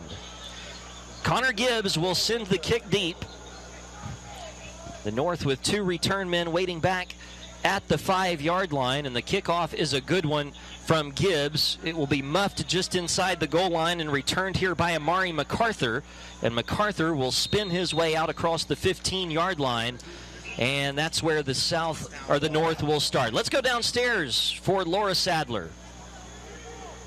I got a chance to talk to North head coach Dick Bell, and as you can imagine, he was very pleased with his team's performance in the first half. He felt like their offense was firing on all cylinders. The defense was making stops, but he did have one critique: stop the turnovers. They had 3 turnovers in that first half, and he's hoping his team will minimize those mental mistakes here in the second.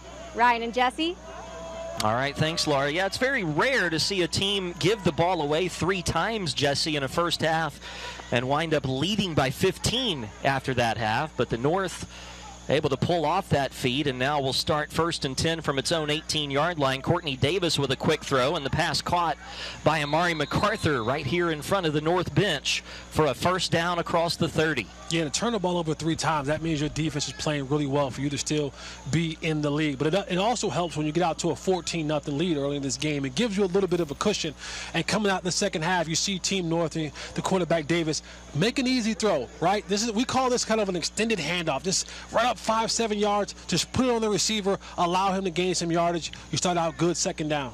Davis with a pump fake, now going to throw deep for MacArthur, and MacArthur led out of bounds there, unable to hold on to the football, and the incompletion will set up 2nd down and 10. But you have to like the aggressive play calling from Rodney Beasley to start off this third quarter. They're not content with this 28-13 lead. Yeah, coach called a little a hitch and go, right? Your first completion, run down, 5 to 7 yard hitch. We completed it. Now I want to do it again. But you got to make sure your receiver sells the hitch.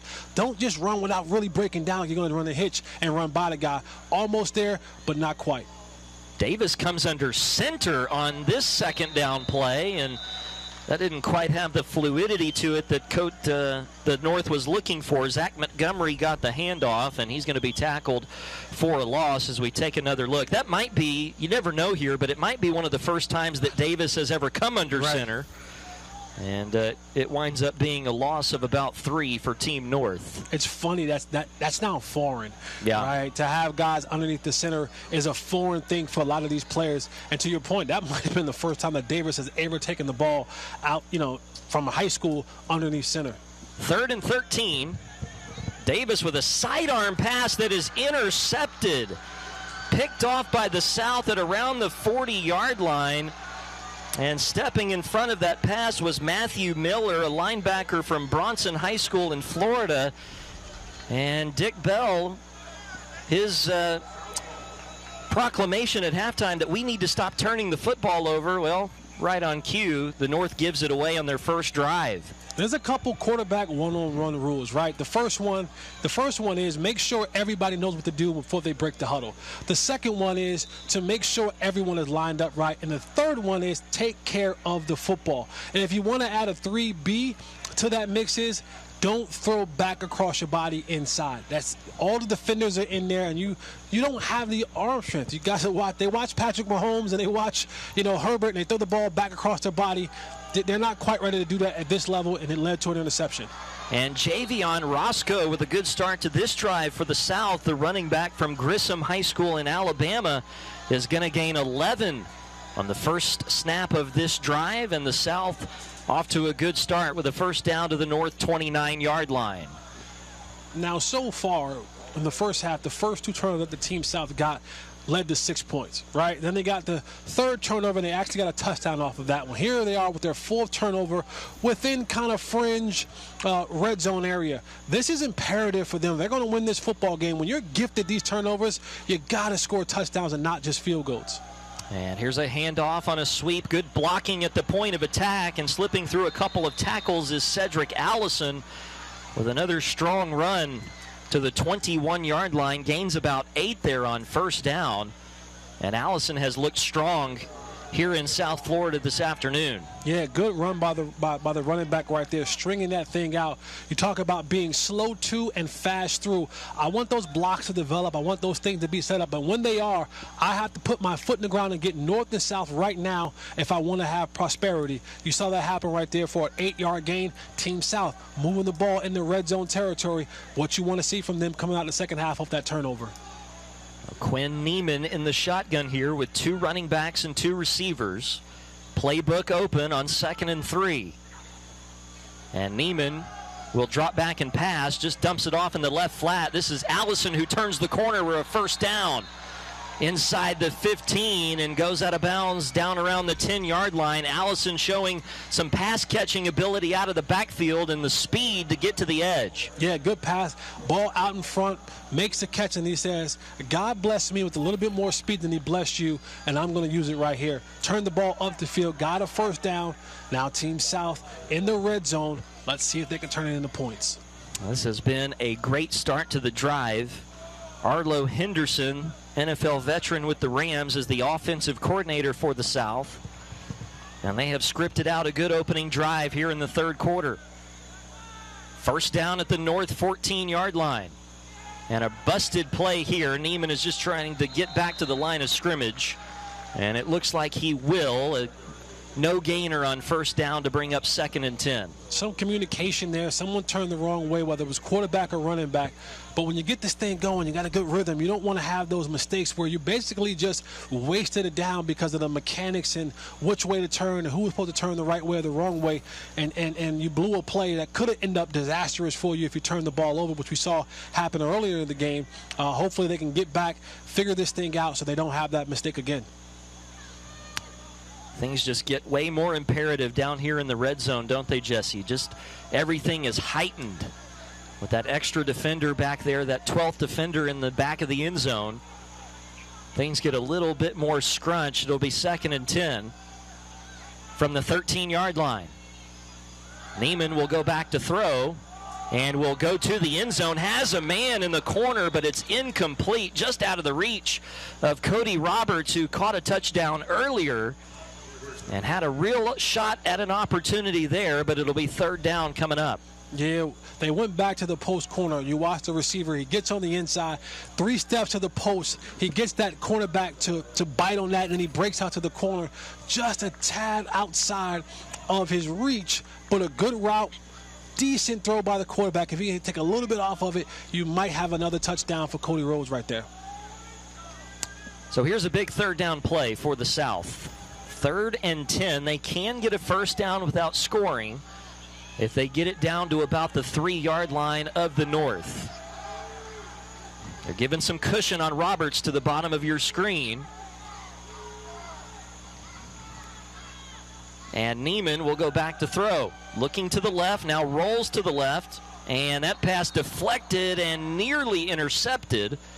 It was actually caught by a North defensive back, but out of bounds. And so that's going to set up 4th down, and so the South will have to try for 3.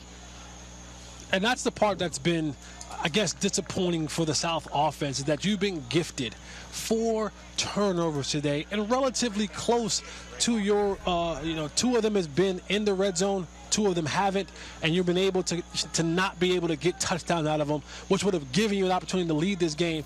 Right now, penning this field goal, you're talking about still being down 8 points in this game. Well, a great performance today by the South defense with the 4 takeaways, but unfortunately the offense has been unable to cash those in with touchdowns. Here, though, a 30-yard field goal up and good from Connor Gibbs, his 3rd of the afternoon. And the North still in front, 28-16 here in Tampa, just underway in the third quarter.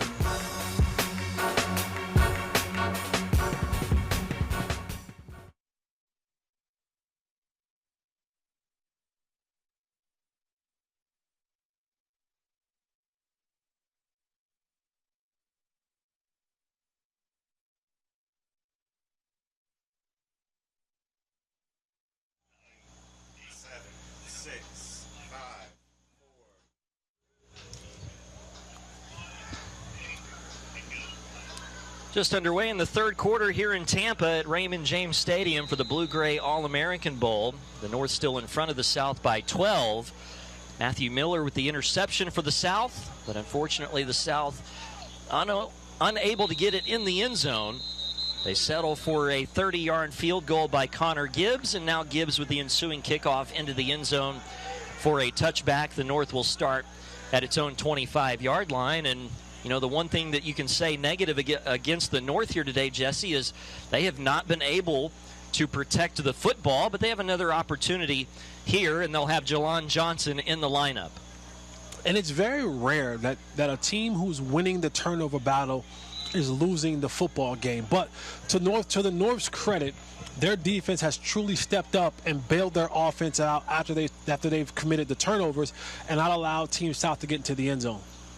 And on first down, Demir Asheru in as the quarterback with a play fake. And a pass across the middle is caught by Reese Music, who's on the all-name team out of Betsy Lane High School in Kentucky. That's a gain of 5 on first down. And a big catch like that in the middle of the football field around all of the defenders, linebackers, and safety. That's music to my ears as a retired wide receiver. That was a good job by him and a lot of traffic to hold on to that football. And now second down and about 4, and here's Johnson on the carry. Will not go down at first contact, now breaks out of a second tackle and has a first down across the 36-yard line. This guy has the speed but also has the power to make things happen from the running back position. You know, good running backs, we call it contact balance. It's being able to absorb the hits, still keeping your legs churning and running, and allow you to bounce off those hits and break those tackles to gain extra yards. You saw that right there on full display, and the reason why he's one of the top running backs in this game. Asheru across the middle, and then some heavy traffic. That pass is caught. So a good job by some of these North receivers and running backs on this possession to make some tight contested catches across the middle, and that's a gain of 8. You know, a lot of time right there for the quarterback to survey the land and see where he wants to throw the ball. He might have had a shot at the running back up the seam, but the big boys up front is giving the quarterback a lot of time to deliver the passes to where they need to go.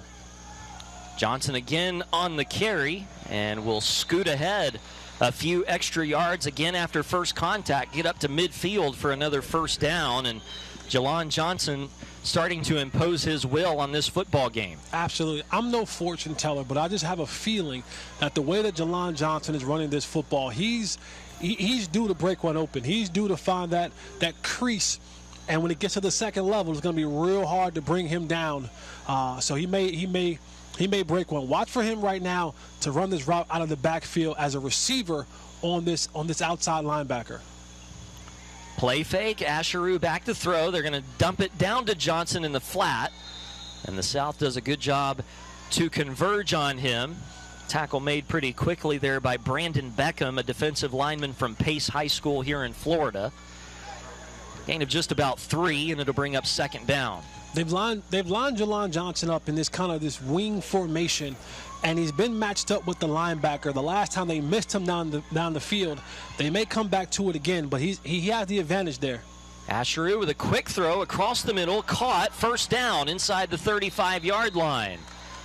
Good catch and run there by Music again. 5'11", 180 pounds, and a good guy out of the slot to get the football and a few extra yards after the catch made there. Good play by the quarterback. Snap was a little bit low, got the ball, got back up, got his eyes back up the field, threw the slant right in front of him for a first down. So the North on the move with a good drive being put together. Asheru back to throw again on a slant. That pass is caught and held onto after a big hit. Nice catch made on that play by Trey Fazeki. Fazeki from Wiggins High School in Colorado, and made a nice catch there for a first down. Yeah, it seems like Coach Beasley has found a rhythm. He's found something that he likes with these slant routes that he's using against, from all sides of the field. That's been very successful for them. Johnson gets the handoff and will be brought down inside the 20 at about the 19-yard line. Gain of 3, and that's a run right there, Jesse, that most running backs, you might get back to the line of scrimmage. Johnson's so strong and powerful and savvy as a running back, just to fall forward and gain 3 on that play. And as we talk about often, to get ahead of the sticks on first down. Yeah, powerful running back, not a big guy. And you don't see a lot of the smaller guys have that kind of power, but he's well built down low. You can tell that those legs are strong. They fake it to him this time. Asheru will keep it as a penalty flag comes in, and Asheru is going to be tripped up at around the 11 or 12-yard line. We'll have to wait and see what this penalty flag is about. It looked like it was thrown by the umpire in the middle of the field. Well, it might be an offensive holding or something that will cause this to come back for Team North. It is. Well, there haven't been a ton of penalties today aside from pre-snap penalties. We've seen several of those, but as far as live action penalties, it's been a pretty cleanly played game. That right there, though, is a big penalty against the North. It's going to move them all the way back to the 29-yard line and make it second down and about 18 or so. And you don't have to get it all back in one play. You got enough downs where you can kind of get, play this out where you can get it back a little bit at a time. And Asheru with a pass across the middle, a little behind the receiver, but a nice adjustment made. And the catch to about the 19-yard line. So they gain about 10 of it back right there to set up third down and about 8 coming up. And that was a really nice catch and a good throw across the middle. Team South able to wrap up quickly. Victor Clote on the reception, being looked at by several schools out of the Missouri Valley Conference. Clote is from Missouri, played at Raymond Peculiar High School. And sets up a third down and 7 for Team North with just under 10 minutes left in this third quarter. Fake handoff, Asheru trying to get the edge, and he will. It's a first down. He's at the 10, at the 5. He reaches to the pylon. Touchdown.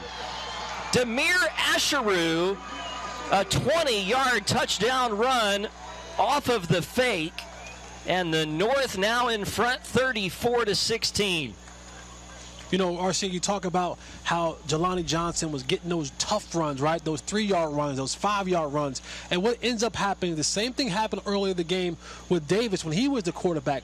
When you got the run game going and you're getting significant yards in the run game, what happens now is those linebackers, those safeties, all those guys begin now to cheat up and fall into that, and the quarterback can now put it inside the quarterback's, the running back's gut, pull it out, and have a bunch of running room because they committed themselves to stopping the run and not the quarterback. Carlton's extra point is good, and the North continues its offensive dominance here in Tampa, now up 35-16. Just under 10 minutes to play here in the third quarter.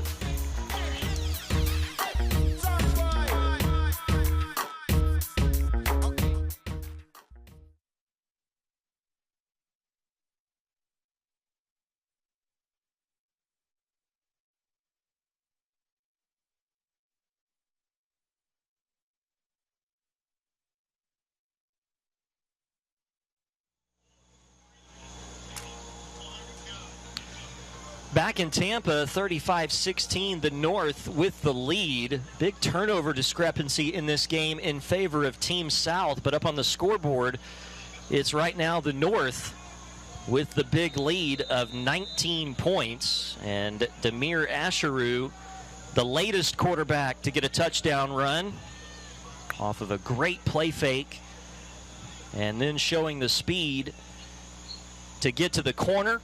And now the kickoff will be returned 1 yard deep out of the end zone by the South across the 20. And a nice return up to about the 22-yard line. Well, Jesse, as we take another look at Demir Asheru's touchdown run, what did you see out of him that allowed him to get to the end zone? Well, when you watch the play fake, you see earlier in that game, Jawan Jones, he's been really good at running the football, and so everybody's converging to him, and so now when they jump to him, the quarterback then pulls it out, and he uses speed and athleticism to get around the corner, and then it's just, I'm a little bit better athlete than you, I'm going to race you to the pylon for a touchdown.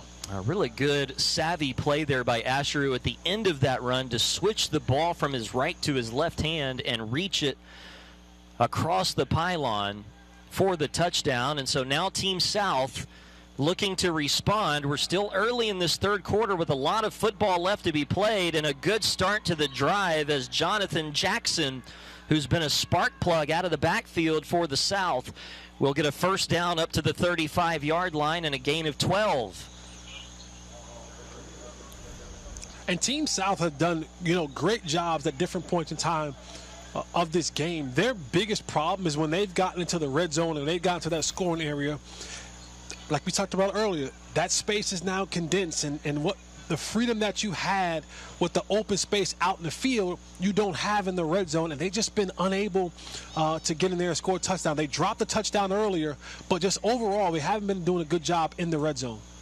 From the 35-yard line, and a handoff here to Deontay Burgess, who's also been stellar out of the backfield for the South. He'll get up to about the 40-yard line for a gain of 5, as the South has put it on the ground on the first 2 plays of this possession with James McGinn as the quarterback.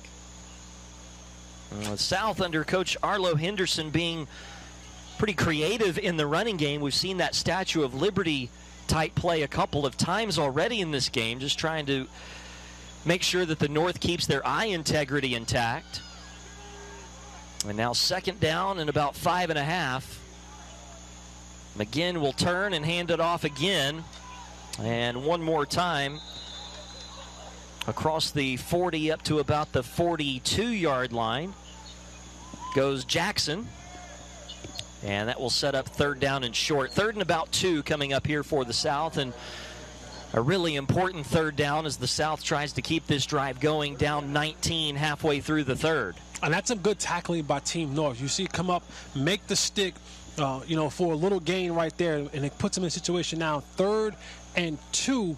Let's see what they can do offensively for Team South. Can they keep this drive alive? McGinn is going to throw quickly to the outside, and that pass is caught for a first down. Able to connect with the receiver there to move the chains. That is Brandon Reiser out of Catawba Ridge High School in South Carolina. Just 5'10", 180 pounds, but able to use all of his frame there to shield off the defender and get the first down for Team South. And that's what, the advantage of having 3rd and 2 is that the defense can't hold you to one thing because you have the option to do it all.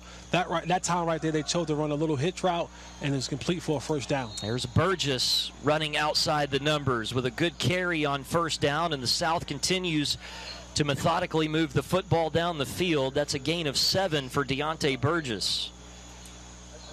Running behind that big offensive line, Pernell Richardson, 6'4", 305 from Sandalwood High School in Florida. He's an ACC target, one of several big guys up front. Nick Kraveritis out of Katy High School in Texas, playing on the right side of that offensive line right now. He is an Emporia State commit. Burgess takes another handoff, able to get around the corner again for a first down. Down close to the North 40-yard line. And the big boys up front, they go on my all-grocery bill team. You talk about 305 pounds. Imagine what it takes for a parent to have to be able to keep that fridge filled up for some of these kids. And think about it, like even the small kids, they eat a lot, but 305 pounds, an active kid, that's a healthy 305 pounds. The Lunchables aren't working for him anymore. You're going to need a little bit more than just little Lunchables to feed him. I sure am glad I don't have that grocery bill. First down for Team South. Play action fake. McGinn hit as he throws. That's up in the air and intercepted. Team North right there to make the pick. Christopher Horning, linebacker out of Columbine High School in Colorado, in the right place at the right time. And McGinn maybe throwing that a little inadvised with the easy interception made there by Horning. Yeah, as he begins to roll out left, you can kind of tell that this play doesn't have much left into it. And so, as a quarterback, you wanted to make the smart decision and either eat the football and take the sack or throw the football out of bounds, live to see another day. but he chose option 3, throw an interception, and now Team North has the football back up. What do we have here? 19 points late in the third quarter. And so now the North will take back over. First down at their own 35-yard line. And Asheru is right back in there as the quarterback, trying to throw it quickly to the right side. Had a man there, but the pass off of the intended receiver's hands, incomplete, to bring up second down and 10. And I wonder, Jesse, just going back to your comment a second ago about those options, I wonder if because this is an all-star game, an All-American Bowl, option 3 just looks a little more appealing here than it maybe does in a regular football game. I'm at the home of the Tampa Bay Buccaneers. I want to make a big play. I might take a bigger risk than I might in a normal atmosphere. Yeah, but you know, coaches, not only do they evaluate you on your talent, they evaluate you on your decision-making, especially on the quarterback position. You want a quarterback that no matter where we're at, whether we're in Tampa Bay, at Raymond James, whether we're at the parking lot of Kroger, whether we're at anywhere, you know, at one of these universities, I need my quarterback to make smart decisions with the football at all times. And so any decision that doesn't take care of the football for you offensively will always be a decision that a quarterback, a coach, or a university would not like the quarterback to make. I really hope they're playing flag football in the parking lot at Kroger. I'm just going to say that. Here's a throw to the outside intended for Jalen Townsend, who made that last reception for the North. This time Townsend unable to hold on. Townsend had a touchdown catch to get the scoring underway here this afternoon in Tampa, but now the North will have to punt on 4th and 5. And that's good. That's a good job by the South defense. You know, they haven't been able to get many stops today, is the reason why the North has 35 points. But they turned the ball over offensively, and their defense came in and stepped up and got a stop for against Team North. And so now they get the ball back on a punt, and hopefully they can make a splash play right now. This is the type of moment where I need a spark. Can someone give me a spark? Can someone change the field position? Give me a play. It would be great to have a punt return back for a touchdown, but a spark right here will definitely help Team South. This punt is going to bounce sideways at the 25-yard line and be downed at the 25, it looks like. That's where Team South will take over with 5:53 left in this third quarter. It was 28-13 at the half. The South got a field goal. They had to settle for a field goal after getting a takeaway early in this third quarter, and then a 20-yard touchdown run by Demir Asheru to put the North in front 35-16. 3 of the touchdowns for the North have come on quarterback runs today, so that's been an integral part of their offense. And now we'll see the South in the gray jerseys starting at their own 25-yard line. And Sean Fogel is going to hand off on first down. And the North there in a hurry to make the stop.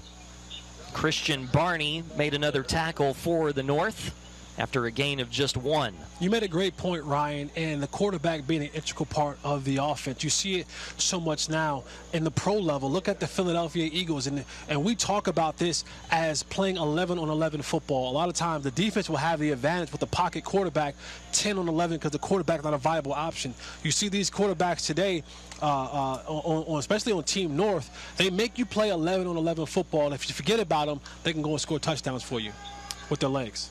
Fogel is going to dump it off in the left flat. Jonathan Jackson slipping by one would-be tackler.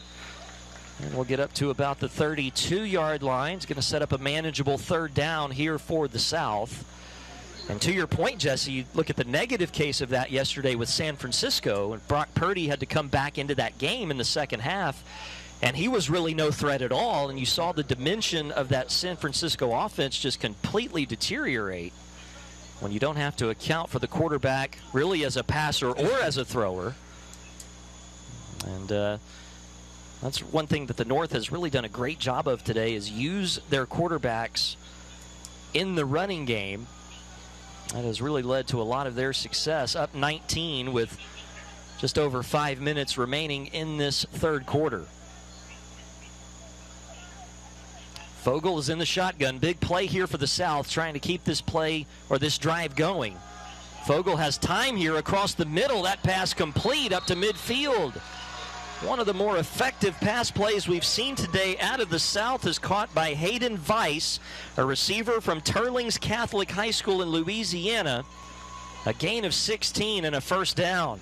You know, a lot of times you come to these All-Star games, you want to say, all right, what makes this player special? What makes that player special? What gives them the gift to come out here and play in these All-Star games like this? You saw it right there. When a quarterback can put his foot in the ground, put that back foot plants and drive the ball into the middle of the football field where a lot of guys are surrounding. The ball was almost tipped by a linebacker, put it right on the receiver.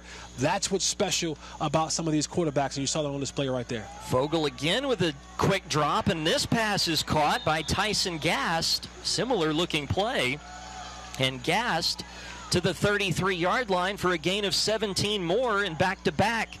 Really impressive looking pass plays put together by the South. Yeah, we call that a frozen rope. He put that one on a frozen rope. The ball, again, he got to the top of his drop, was very decisive, put his foot in the ground, opened up his hips, and drove that ball right into the middle of the field for a completion before the safety came down on the hit on the receiver. So the South again moving the football well on the doorstep of the red zone here with 4:53 to play in the third. Vogel again will go back to throw. This time is going to step up and move the pocket to his left. Fires out of bounds. Just got rid of that football with the pressure bearing down on him. And he'll live to see 2nd down and 10 coming up. And that's what you want. The quarterback, hey, there's nothing there, right? Both of your receivers are at the bottom of the screen, and you rolled out to your left. There was no other receivers out there. Throw the ball away. Live to see another down. Don't try to force that thing in there or throw back across your body into danger. Throw it out of bounds. 2nd down. We regroup. Coach calls another play. Now another opportunity with the football to go out there and make a play. It looked like Shane Eller for the North, who was getting after the quarterback and making it tough on Vogel. Sets up 2nd and 10 at the North 33-yard line.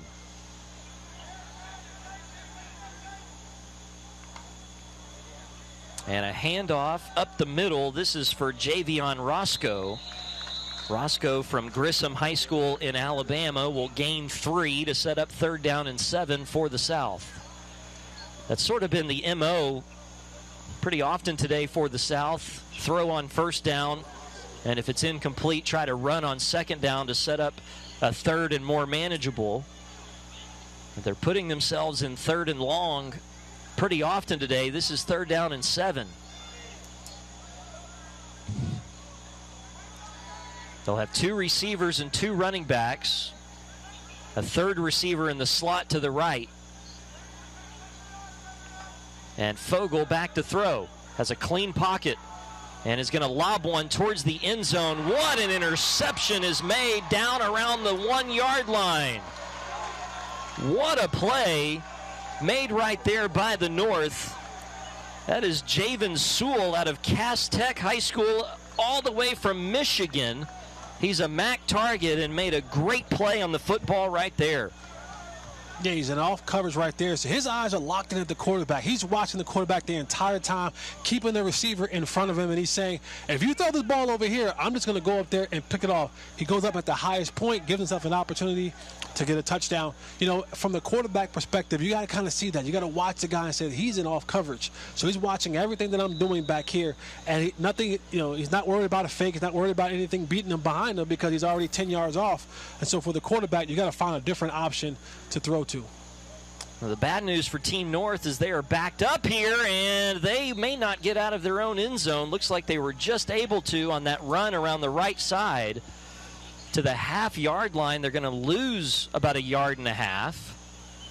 And it's going to be 2nd down. And to your point earlier, Jesse, when you run these plays out of the shotgun, you've got to gain 5 extra yards than normal. And that time, Team North just barely able to escape out of its own end zone. They do have Courtney Davis, who's a threat to run it himself from the quarterback position in the shotgun here. 2nd down from the half-yard line. Davis is going to throw. Just got rid of it, and the pass is caught across the 10, 15, 20, down the sideline. Spinning out of a tackle. Gone. This is going to be a 99-yard touchdown for Luke Yoder, who slipped out of a tackle at around the 40. There are no penalty flags on the field.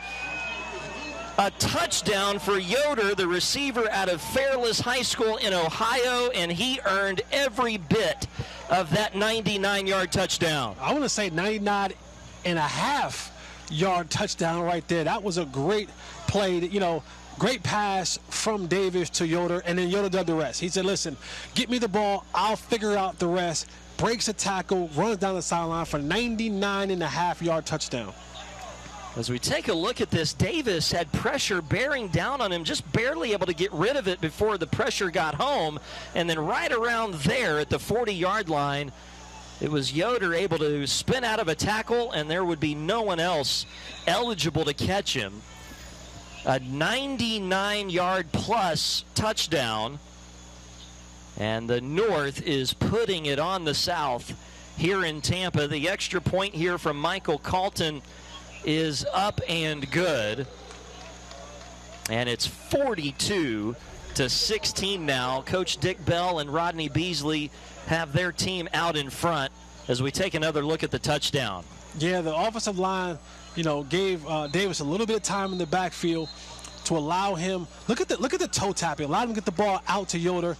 He catches the ball in the flat and then takes the contact, keeps his feet in bounds, and then it's just a track meet right now from where he caught the ball at to the end zone for a 99.5-yard touchdown to give Team North a 42-16 lead with 2 minutes and 54 seconds left to go in the third quarter. If Team South doesn't start scoring some points now, this one will be put in the oven and will be done. Now, what a performance today by the North. Courtney Davis registering his first touchdown pass of the game. He's now been responsible for 3 of the 6 touchdowns scored by the North. The first 2 with his legs, and this one a 99-yard pass and a beautifully thrown ball. Yoder able to get underneath it, and then Yoder did the rest. And now the kickoff by Michael Calton will be taken out of the end zone here by Jonathan Jackson. Sort of hesitantly, he gets to the 15. Penalty flag comes in as Jackson escapes across the 25. But there are 2 flags down on the play. And that is more than likely going against the South. Barrett Newman was in the neighborhood. Newman last night announcing that he has committed to play for Liberty University. That was at the jersey presentation ceremony last night. Yeah, and coaches tell you on special teams, when you're on the return team, never block back into the returner. If I can see the name on the back of the jersey, then I should not be blocking him. And that's what happened right there, blocking the back. Take this back half the distance to the goal line. So now what was a solid return for Team South find themselves on the 5-yard line coming out.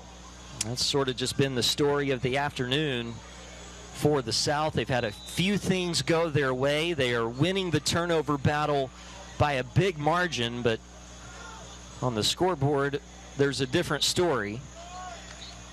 And now starting probably with their worst field position of the afternoon at their own 5-yard line. And Team South, they've done a good job moving the ball within, I guess, between the 20s, but it's when they got into the red zone and the fridge red zone area in their territories when they just kind of they frizzled out a little bit. I don't know if it was just the play calling or the mental thought process of it, but it just when they got into that area, they just could not figure out ways to get the ball into the end zone. And we've seen Team North have a 95-yard drive, a 99.5-yard play drive, and so now you're looking at Team South, and you got to figure something out. Like, now is the time. You got to get this thing going because this game is slipping away from you. That time is continually ticking away, and if you don't get something going right now, this will be too far out of reach for you to come back. Javion Roscoe got that first handoff of this drive, picked up 4. Now 2nd down and 6, and the penalty flag comes in prior to the snap. And that is going to be against the offense. And so that'll move them back half the distance to the goal, bring up 2nd down and long coming up. This Team South offense has shown a few things in the running game. They put together a couple of nice plays in the passing game on their last drive, but the red zone has not been their friend today. And they're going to drop back and throw here on 2nd and long. And taking off and running is Quinn Neiman, the quarterback from Lake Minneola High School here in Florida. And he will set up a 3rd down and about 4 here for Team South after the run. Yeah, he got some of that penalty yardage back on that run right there, giving himself now a chance on 3rd down, 3rd and 4 to go right here. You know, those type of plays with, again, the quarterback having to be the 11th man that you have to account for. When you send those receivers down the football field, it opens up some of that running room, and the quarterback with his eyes in the right place can see that, tucks it, gets what he can, and now it's 3rd and 4, much more manageable than 3rd and 13. Well, this is a big play for the South. You do not want to punt it right back to the North, especially from where you are on the field. A 1st down here at least allows you to continue to try and flip field position with 1 minute to play here in this 3rd quarter. Neiman is going to hand off to Roscoe, and Roscoe will be brought down in the backfield. Tackle quickly made there by the North. And that is going to bring an end to the drive. Yeah, this play was run down from the backside. You know, you're trying to get out to the left side, but that defensive lineman beat the offensive lineman across his face, ran that play down from the backside. There was nowhere for the running back to go. He tried to cut back, and that pursuit, that backside pursuit is what you teach your defenders. Hey, don't give up on the plate. Even though the ball's not coming your way, he may cut it back, and he cut it back right there into the defender's hand. Tackle for loss, brings up a 4th down. Team South has to punt the ball back to Team North. It was Royce Doherty who made that tackle. He was originally listed as an offensive lineman, but switched over to defensive line, came up with a big play there to end the drive. And speaking of ends, that's the end of the 3rd quarter here in Tampa. The North way in front of the South as we go to the 4th.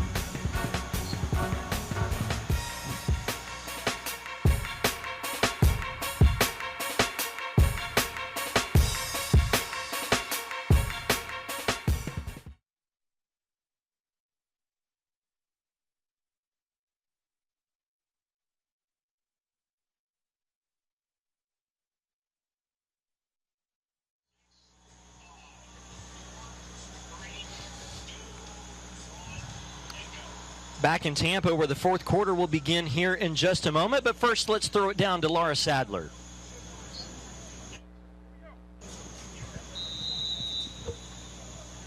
I got Stephen Hamby with me, offensive lineman. You know we got to show the big boys some love here. I want to talk a little bit about your experience. You did the Blue-Gray Combine to prepare. What did that entail, and how did that make you even more prepared for this game? The combine was just your average combine, running your 40, how much you can bench on 225 for how many reps.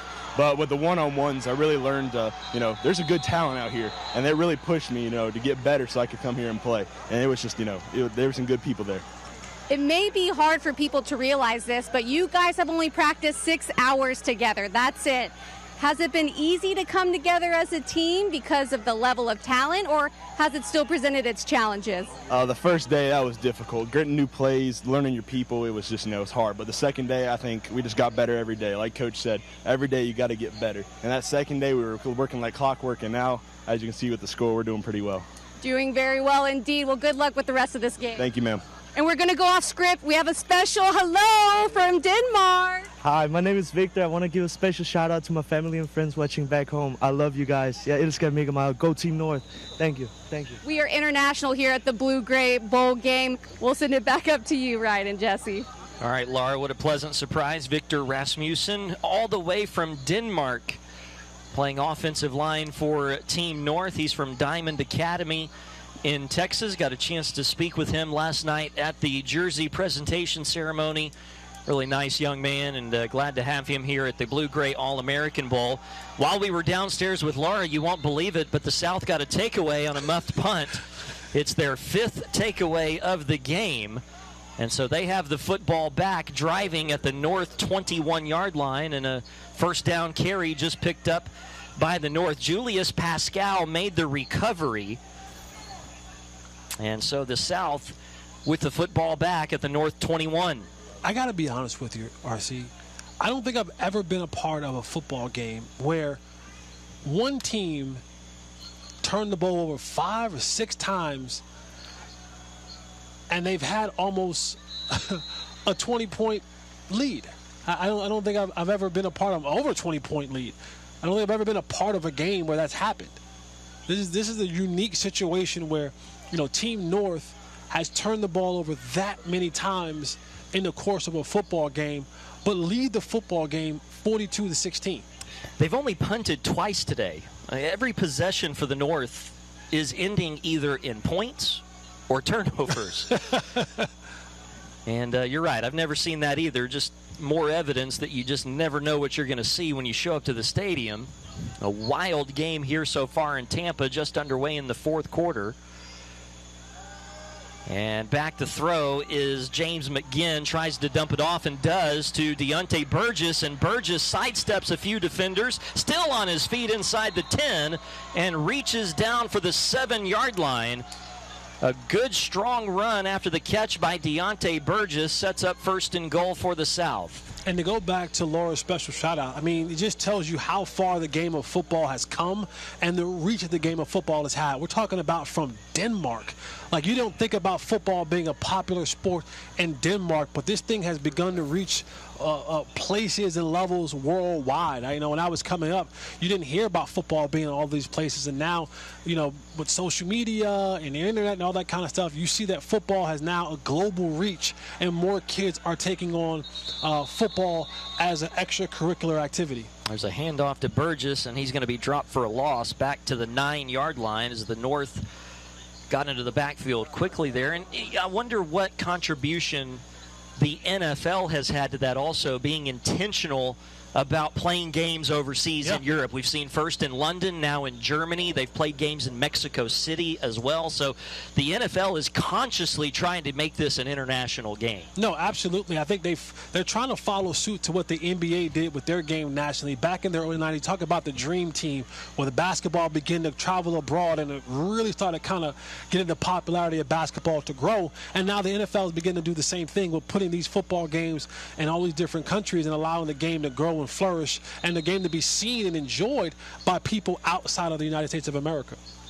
The South will keep it on the ground again and going to lose another yard back to the 10-yard line. So 3rd and goal coming up. And again, we see the enemy of the South team here today. That has been the red zone. Eli Farmer got that last carry and lost a yard. And now a pretty obvious passing situation. 3rd and goal back at the 10-yard line. Yeah, it seems like every time they get into the red zone, that condensed part of the football field with that 12th defender being the back end of the end zone, that Team South has really been struggling to get the ball in the end zone. They need to score. They need to score fast because this game and that clock is against them. James McGinn will throw on 3rd and goal. Rolls to his right and just has to throw the ball out of bounds. Had no receivers on that side of the field, and so once again, Team South will have to settle for a field goal try. So here comes the field goal unit led by Connor Gibbs, the kicker from Country Day High School in Louisiana.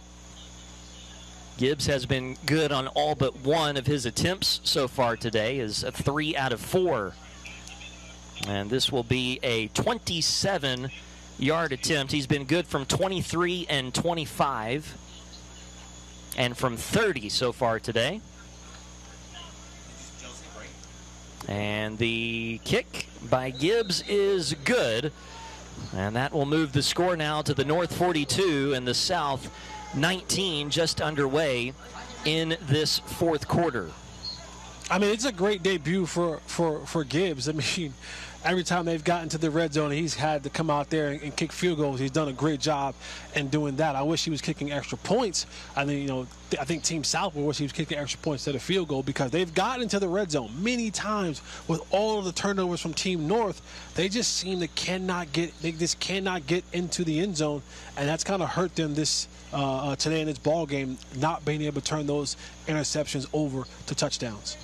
Taking a great look right now at Anthony Giuliano, the special teams coordinator for the North team. He's from Coles Kicking. Does a great job each and every time we have one of these blue-gray All-American Bowls, each of our specialists is a part of Cole's Kicking and receives specialized training and is able to attend those combines with that organization. And Anthony is a big part of the blue-gray family, and getting his return unit ready here to take this ensuing kickoff with 13:12 remaining in this fourth quarter. By the way, you may have noticed that each of our quarters today have begun with 16 minutes, and if you're new to the blue-gray experience, we can explain that to you as Gibbs sends the kickoff out the back of the end zone for a touchback. That is a trademark of owner and CEO of blue-gray football, Gus Bell. And the thinking behind the 16-minute quarters is simply to get more opportunities to the student athletes who participate in this game to get something positive on film. And that just speaks to the heart of Mr. Bell and this entire organization from the top to the bottom. This is about student athletes and their futures, and just something unique about this blue-gray All-American Bowl. Yeah, absolutely. And when you also notice that there's always rotation. Every single series is a new rotation of guys. So every kid is getting an opportunity to play ample amount of time. So they're making sure that every kid is getting an opportunity to be looked at, to be evaluated, to be scouted, and given a fair shot and opportunity to earn themselves a scholarship on the next level. Courtney Davis in as the quarterback here for Team North, and he hands it off on first down to Trey Corbin III, and a gain of 3 up to about the 27-yard line, maybe the 28. Well, Team North, with Courtney Davis at the controls, has been lethal offensively.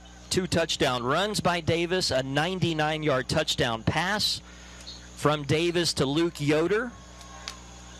Demir Asheru has been the other quarterback who's provided a lot of production for Team North. Davis comes under center here, 7-step drop across the middle with a man open, but the pass incomplete. Looking for Corbin out of the backfield, and a penalty flag is down in the pocket. Yeah, it looks like there's going to be another offensive holding by the lineman of Team North. It's going to come back 10 yards and be second and probably 12.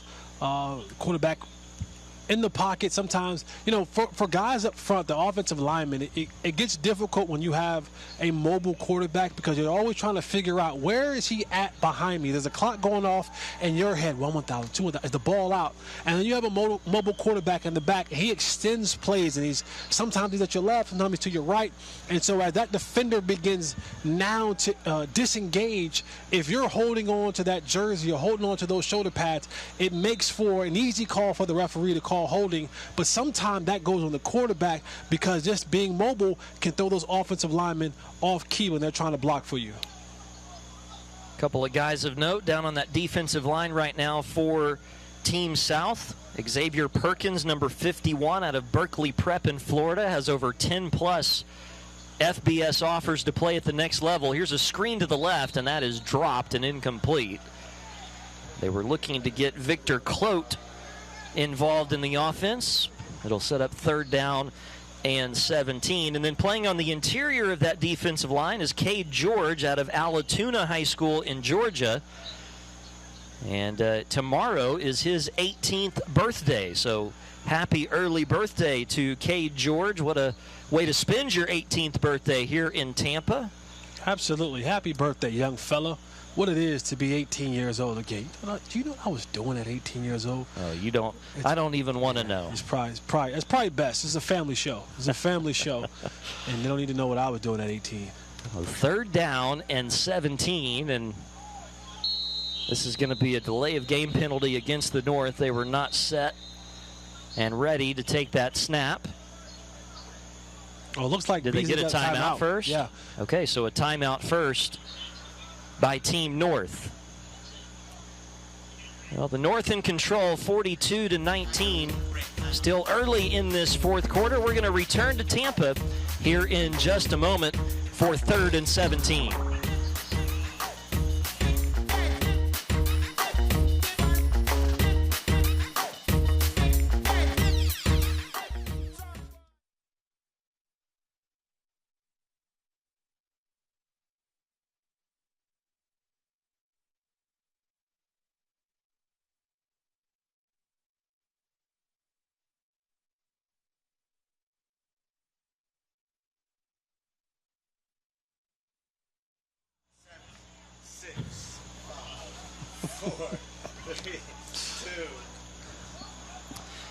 Live look at beautiful Tampa, 82 degrees here in South Florida this afternoon at the Blue-Gray All-American Bowl. Raymond James Stadium, the site of today's contest.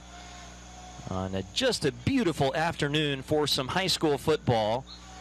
And as we come out of the timeout, 3rd and 17 here for the North. Courtney Davis with the pass deflected down at the line of scrimmage. And getting in there and getting a hand on it was the almost 18-year-old Cade George. He puts an end to the drive, and Team North will have to punt. Well, 42-19, the South with a lot of catching up to do. Still 12-15 left in this game. But you'd love to see something good happen on special teams if you're Coach Ken Stills. Maybe they can get a good return here. Don't be shocked by right now in this return. You don't see some sort of trick play. You know, sometimes that, you know, roll one way, throw back right. They need a spark. Team South right now needs something good for them to happen.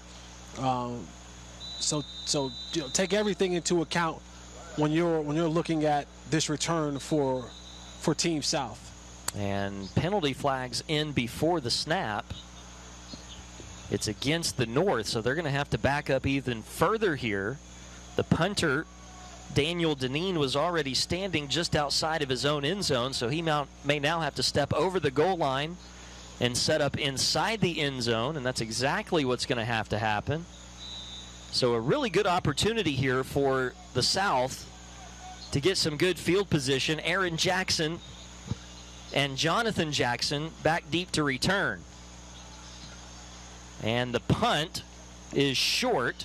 Jackson will let it check up and roll out to midfield. So pretty good effort there by Deneen, but the South will start at midfield with just over 12 minutes left in this fourth quarter, I should say. Yeah, that punt was partially blocked by Perkins. 51 got inside and got his hand on that ball a little bit, and that punt was partially blocked. But, you know, still great field position. Team South gets the ball back at the 50-yard line with an opportunity to go get some points. They got to get points right here. Every possession that Team South gets the football and they don't score a touchdown is a possession, to me, at this point in time of the game, wasted. You gotta exalt all of the options that you have in that playbook to get points on the board. Sean Fogel will be in as the quarterback for the South. And a dump down to the left flat to Jonathan Jackson, and Jackson is going to be pile-drived to the turf. Tackle was made by Christopher Horning, and I think that's going to cost the North 15 yards. Yeah, this is the Blue-Gray All-American Bowl. This isn't the WWE Royal Rumble, and I know that gets a lot of, it gets a lot of praise and excitement from the team, but that's a 15-yard penalty every single time. And for a team that's looking for a spark, looking for some added yardage, you don't want to give a free 15 yards up. It doesn't matter what the score is. Make the tackle. The power drive game, it's not wrestling. That doesn't fly at any level, high school, college, or the pros. That's going to be a 15-yard penalty every single time, and now you've given the South an opportunity to get closer to the red zone, which, might I add, Ryan, might not be a bad strategy. If I'm Team North, I'll say to myself, let them get into the red zone, because they've gotten there all day and couldn't get into the end zone. Yeah, they have not shown the ability to do much once they get inside the 20. Fogel back to throw. Across the middle, that pass might have been partially tipped. He was looking on a deep cross for one of his receivers, but it'll be incomplete and bring up 2nd down and 10. And really that penalty, going back to the penalty against the North, it really turns into about a 19 or 20-yard penalty, because it was going to be a loss on that play of about 4 or 5. So you're really talking about giving the other team 20 extra yards of field position, a team that you're trying to close out that hasn't been very successful on offense today. And now the South with a little bit of life. Ryan Smith, by the way, was the intended receiver there, the tight end, who is lined up in the slot on the right. Play fake for Fogel, who will roll to his right, dumps it off into the flat for Farmer, and Farmer will have a 1st down inside the 30. Good run after the short throw and catch. Farmer from Clover High School in South Carolina, and he moves the chains for the South. Yeah, and in addition to that last play, you know, where we had the pile drive, you know, one, it's a bad play, it's a penalty, and you give up those penalty yards. But two, you know, trying to keep the game safe. When you do that pile drive type of move, you know, the defender has no way of really bracing itself for that fall. And we see a lot of times where those heads get snapped back and you hit your head on the turf, and now concussions are formed that way. So just taking care of one another, you know, in the realm of playing good, aggressive football, not looking to have pile drives like that. And Fogel is going to go down and be sacked back at around the 33-yard line. That will set up second down and long, and we'll take this opportunity to go downstairs to Laura. I have Barrett Newman from the South team here with us, and I hear a congratulations is in order. You have recently committed to Liberty. Tell us what led to that decision. Man, it's just a great place. You know, it's a great place to grow my faith. You know, football team's pretty good. It's just a great community. And, you know, I think I can go there and make an impact, help them out. Your coach here, Ken Stills, had a lot of great things to say about you. He described you as a guy with a high football IQ. You're coachable, you hustle. What does that type of spotlight mean for you from an NFL veteran? Oh, it's just an honor, you know, to hear that from him. You know, such a great player, and, you know, with all the history he's had. And, you know, it's just an honor to hear that. It's going to help me in my game in the future. It really gives me a lot of confidence going into college. So, you know, I really appreciate that. And this whole experience has just been amazing, man. I love Tampa, love being here, love all my coaches. Well, congratulations again for your commit, and good luck in the future. Thank you. Go Flames. We'll send it back up. Okay, thanks, Laura. Barrett Newman recently committed to Liberty University, and Hayden Weiss recently into the end zone for Team South off this touchdown reception from Sean Vogel. Beautifully thrown ball, and the extra point for Connor Gibbs is up and good. And so for the second time today, Team South finds the end zone on a touchdown pass, this time from Fogel to Hayden Weiss. 42-26 here at Tampa Bay's Raymond James Stadium. We will be back right after this.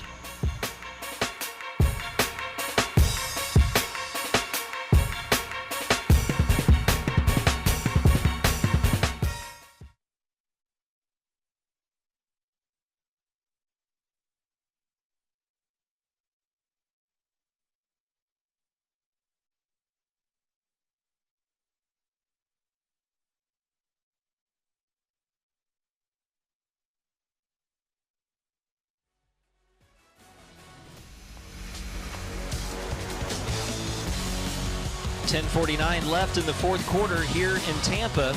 The Blue-Gray All-American Bowl. Ryan Castle and Jesse Holly enjoying what you're looking at on the screen right now. Beautiful sunny day, warm temperatures here in South Florida. And the kickoff by the South. Here comes the return, and across the 25-yard line up to about the 28-yard line. As we take a look at the touchdown once again, Sean Fogel finding Hayden Weiss on this touchdown throw. And Weiss was able to get by the defender and get into the end zone for the second South touchdown of the afternoon. A beautifully thrown ball by Fogel.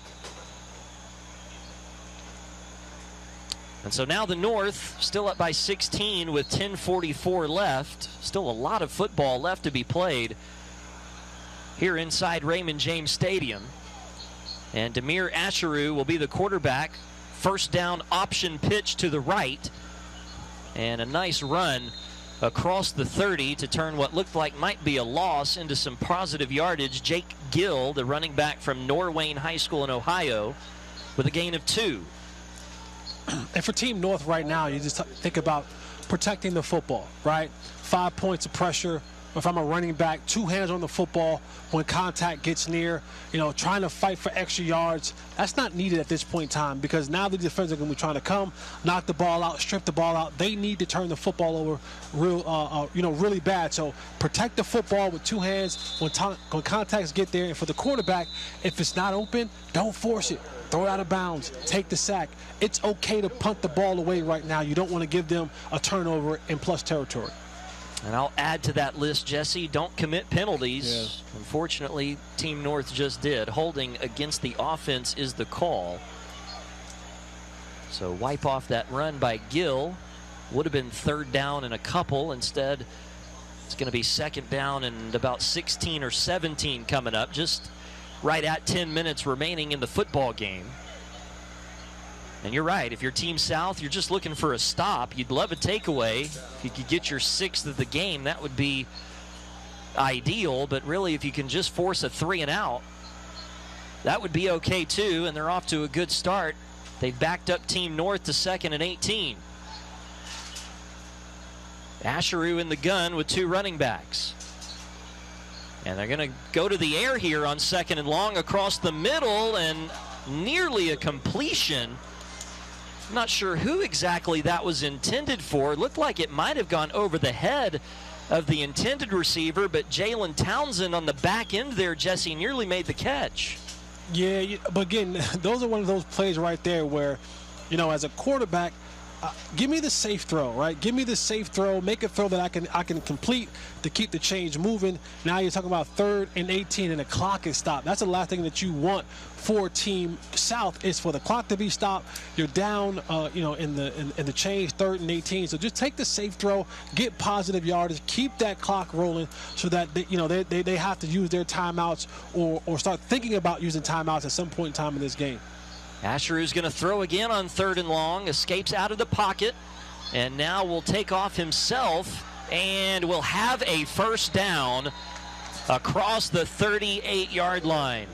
What a run by Demir Asheru on 3rd down and 18, able to pick up the 1st down. Yeah, this is a great play, and it's a smart play. I don't want to throw the ball in the harm's way. I had a lot of running room. I set the defender up, and I just used my speed to beat him to the outside. Pick up a 3rd down on 3rd and 18. That's a backbreaker for Team South defense. When you think you got him stopped and you think you got him held back, and you give up an 18-yard scramble to the quarterback.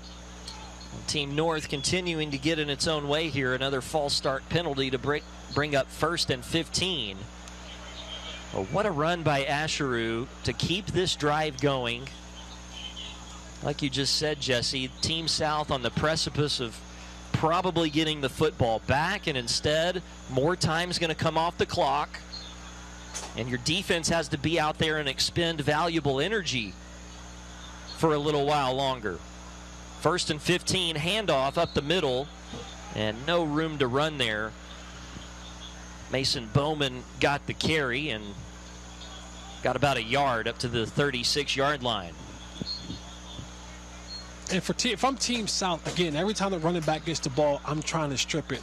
I'm trying to rip it out. I'm trying to peanut punch it, out of the running back's hands and make sure that they're always securing the football, because I need turnovers. I need the ball back in any way, shape, or form. So if they're going to run the football, then I need 11 guys to the football. First guy tackle, hold him up. Next guy come in, try to punch or strip the ball out.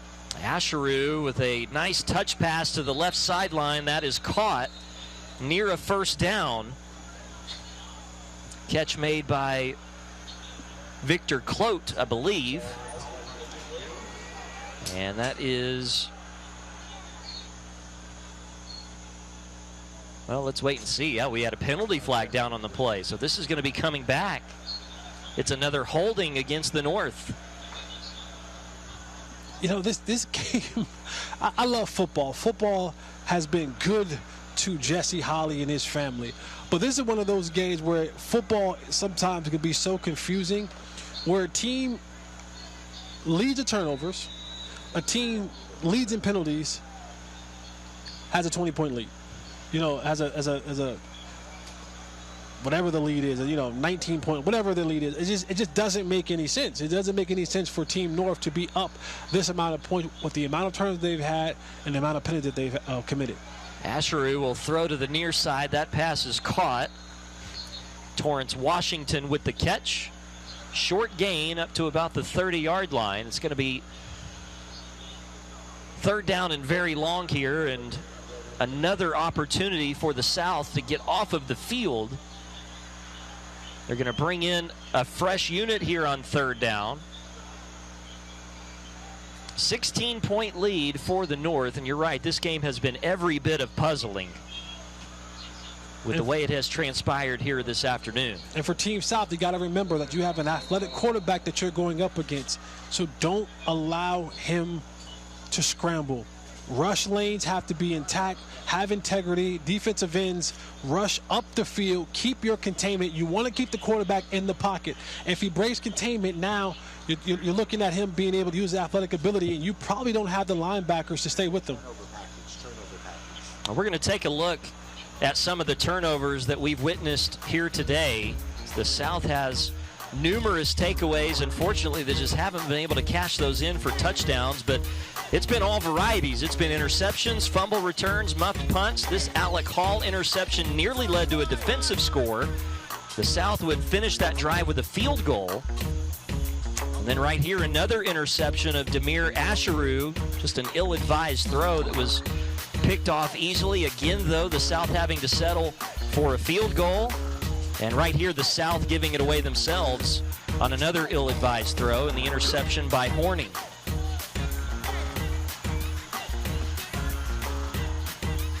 So the quarterbacks have been maybe a little more aggressive than we typically see in these blue-gray All-American Bowls. There's one of 2 muffed punts that the North has committed today. Here's Asheru on 3rd down and 20, and this time he will not be able to scramble for a first down. Alec Hall and Timothy Caston able to force him out of bounds. And there'll probably be another penalty on Team North for blocking the back. If I'm Team South, I decline this penalty, get to 4th down, and allow them to have to punt the ball to us. And that's exactly, as you just said, Jesse, how it transpired. So 7:27 left in the football game. It's a 2-score game. The South needs 2 touchdowns and 2 two-point conversions to tie it. And still plenty of time if they can get some big plays for that to be accomplished. Daniel Deneen will come on and punt. Jonathan Jackson and Aaron Jackson back deep to return. As a special teams coordinator, you got to remind your punt team, stay in your lanes, stay in your lanes, stay in your lanes, because right now, Team South, they need a play. So anything is up for grabs with looking for a trick play or anything like that. Stay in your lanes, rush. What a great Look punt. at this punt. It will bounce at the 15. Punt. It's going to be fielded by Aaron Jackson at the 5. And Jackson will do what he can, get back to about the 15-yard line. That is a 56-yard net on that punt by Daniel Deneen. Easily his best effort of the game. And so the South, unfortunately for them, not going to get near the starting field position that they hoped for because of Deneen's great effort in the punting game. And see, these are the type of things we talk about, special teams being special. Deneen, he won't get credit. He won't be in the highlight package. He won't be talked about on the networks, all those things. But a 57-yard net punt has now backed up Team South.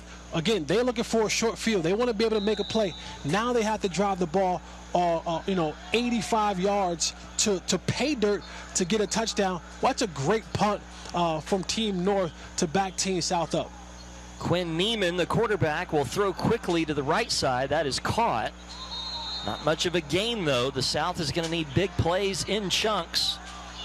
But that catch by Kevin Coggins, the receiver from Seminole Ridge High School in Florida, goes for 3 or 4.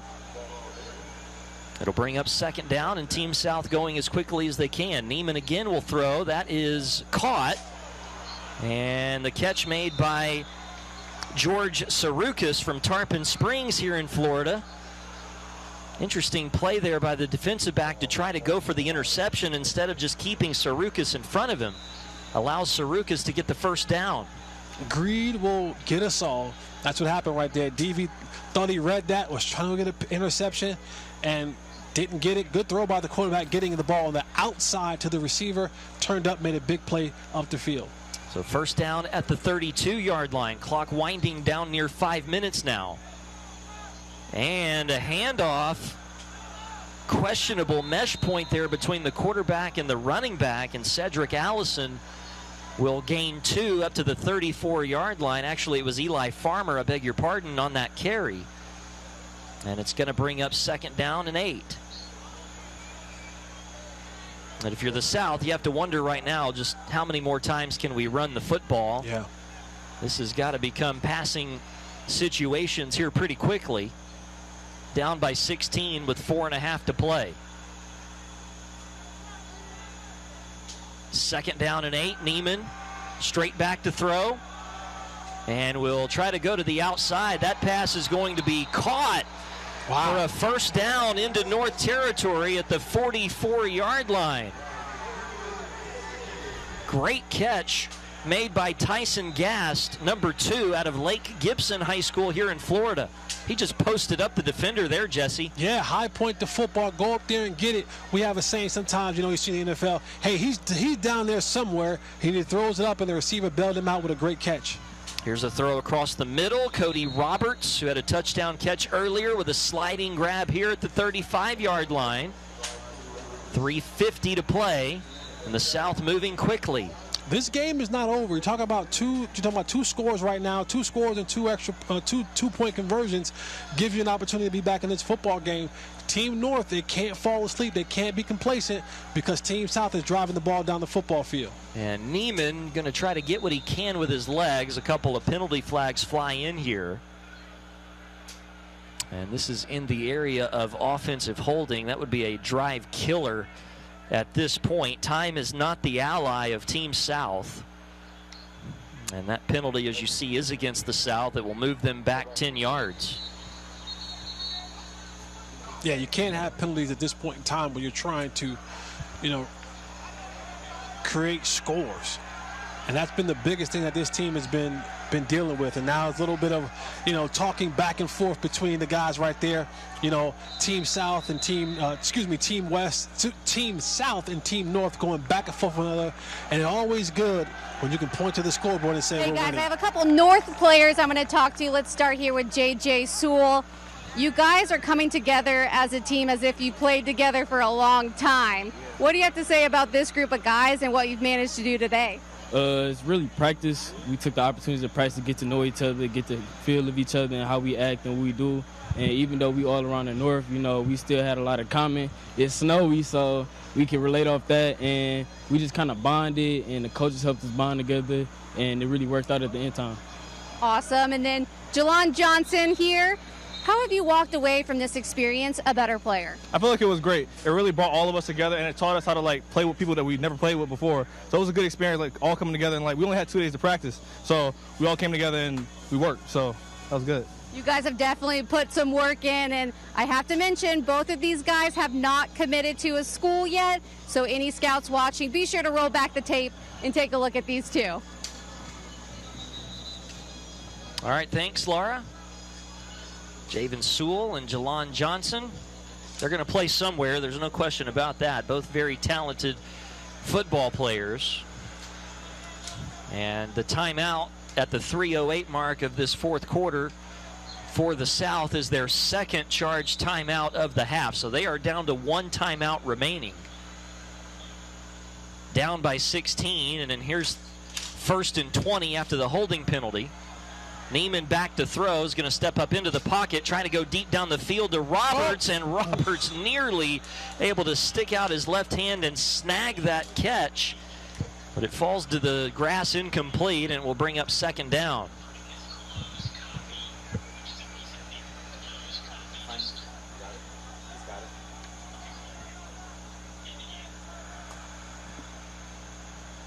So a shot taken down the field there by Neiman, but Roberts just unable to haul in that catch. And so it'll be 2nd down. And about 22 here. They're a little further back than 20. That penalty must have happened in the backfield. And so now Neiman back to throw, 2nd down and long. Rolls the pocket off to his left. Crosses the line of scrimmage, so just has to run it himself, and gets to about the 42-yard line. And you can see the competitive nature and spirit of both teams starting to shine out just a little bit here as we wind this football game down. It's going to be 3rd down and long here for the South. You would imagine this is 4-down territory. It's going to be 3rd and 16. And they just called, I believe, for their final timeout of the game. Well, I think we got to the 2-minute warning. 2-minute warning in the 4th quarter. And you're right, to what you talked about earlier. People want to win this football game. The athletes want to win the football game. The coaches want to win the football game. This is bragging rights, right? This is our last game of the year. So these coaches, they got a little bit of bragging rights when they win this football game and say, I'll see you guys next year. We'll come together next year. But just know, in Tampa in 2023, we took you down. And both teams still having fun out there. Even though you lose the football game, it's still an experience, still something to remember for the rest of your life. And, we talk about this often, but some of these student athletes may not go on to play college football. And if that's the case, you just think about the story of being able to sit your son or your daughter or grandson or granddaughter down and say, hey, look at that stadium. I played there. NFL players played there, and so did I. That is such a cool thing to be able to talk about. As Neiman's pass, actually, that is James McGinn. They inserted McGinn here in the middle of the series. That pass off of the hands of Eli Farmer, incomplete, so it'll be 4th and 16. And with about 1.5 minutes remaining in this game, the South will elect to go for it here on 4th and 16. If I'm Team North defensively, I'm saying, hey, nothing gets behind you. Be deeper than the defense. We're not trying to get interception. We just can't go up the 1st down right here. McGinn rolling to his right, has a man. That pass is caught and going to be short of a 1st down. The receiver right there, Hayden Weiss, who caught a touchdown earlier, got back to the original line of scrimmage, but still well shy of a 1st down. And so Team North is going to take over. And Jesse, that's going to just about do it for this football game here this afternoon at Raymond James Stadium. The North, in a wild game, is going to wind up winning this by double digits.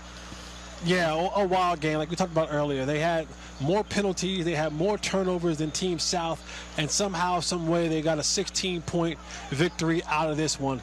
A wild and bizarre game, but very competitive, very spirited. We saw a lot of great athletes out here today showcase their talent, and my hope is that as many as possible will find their way to a college roster.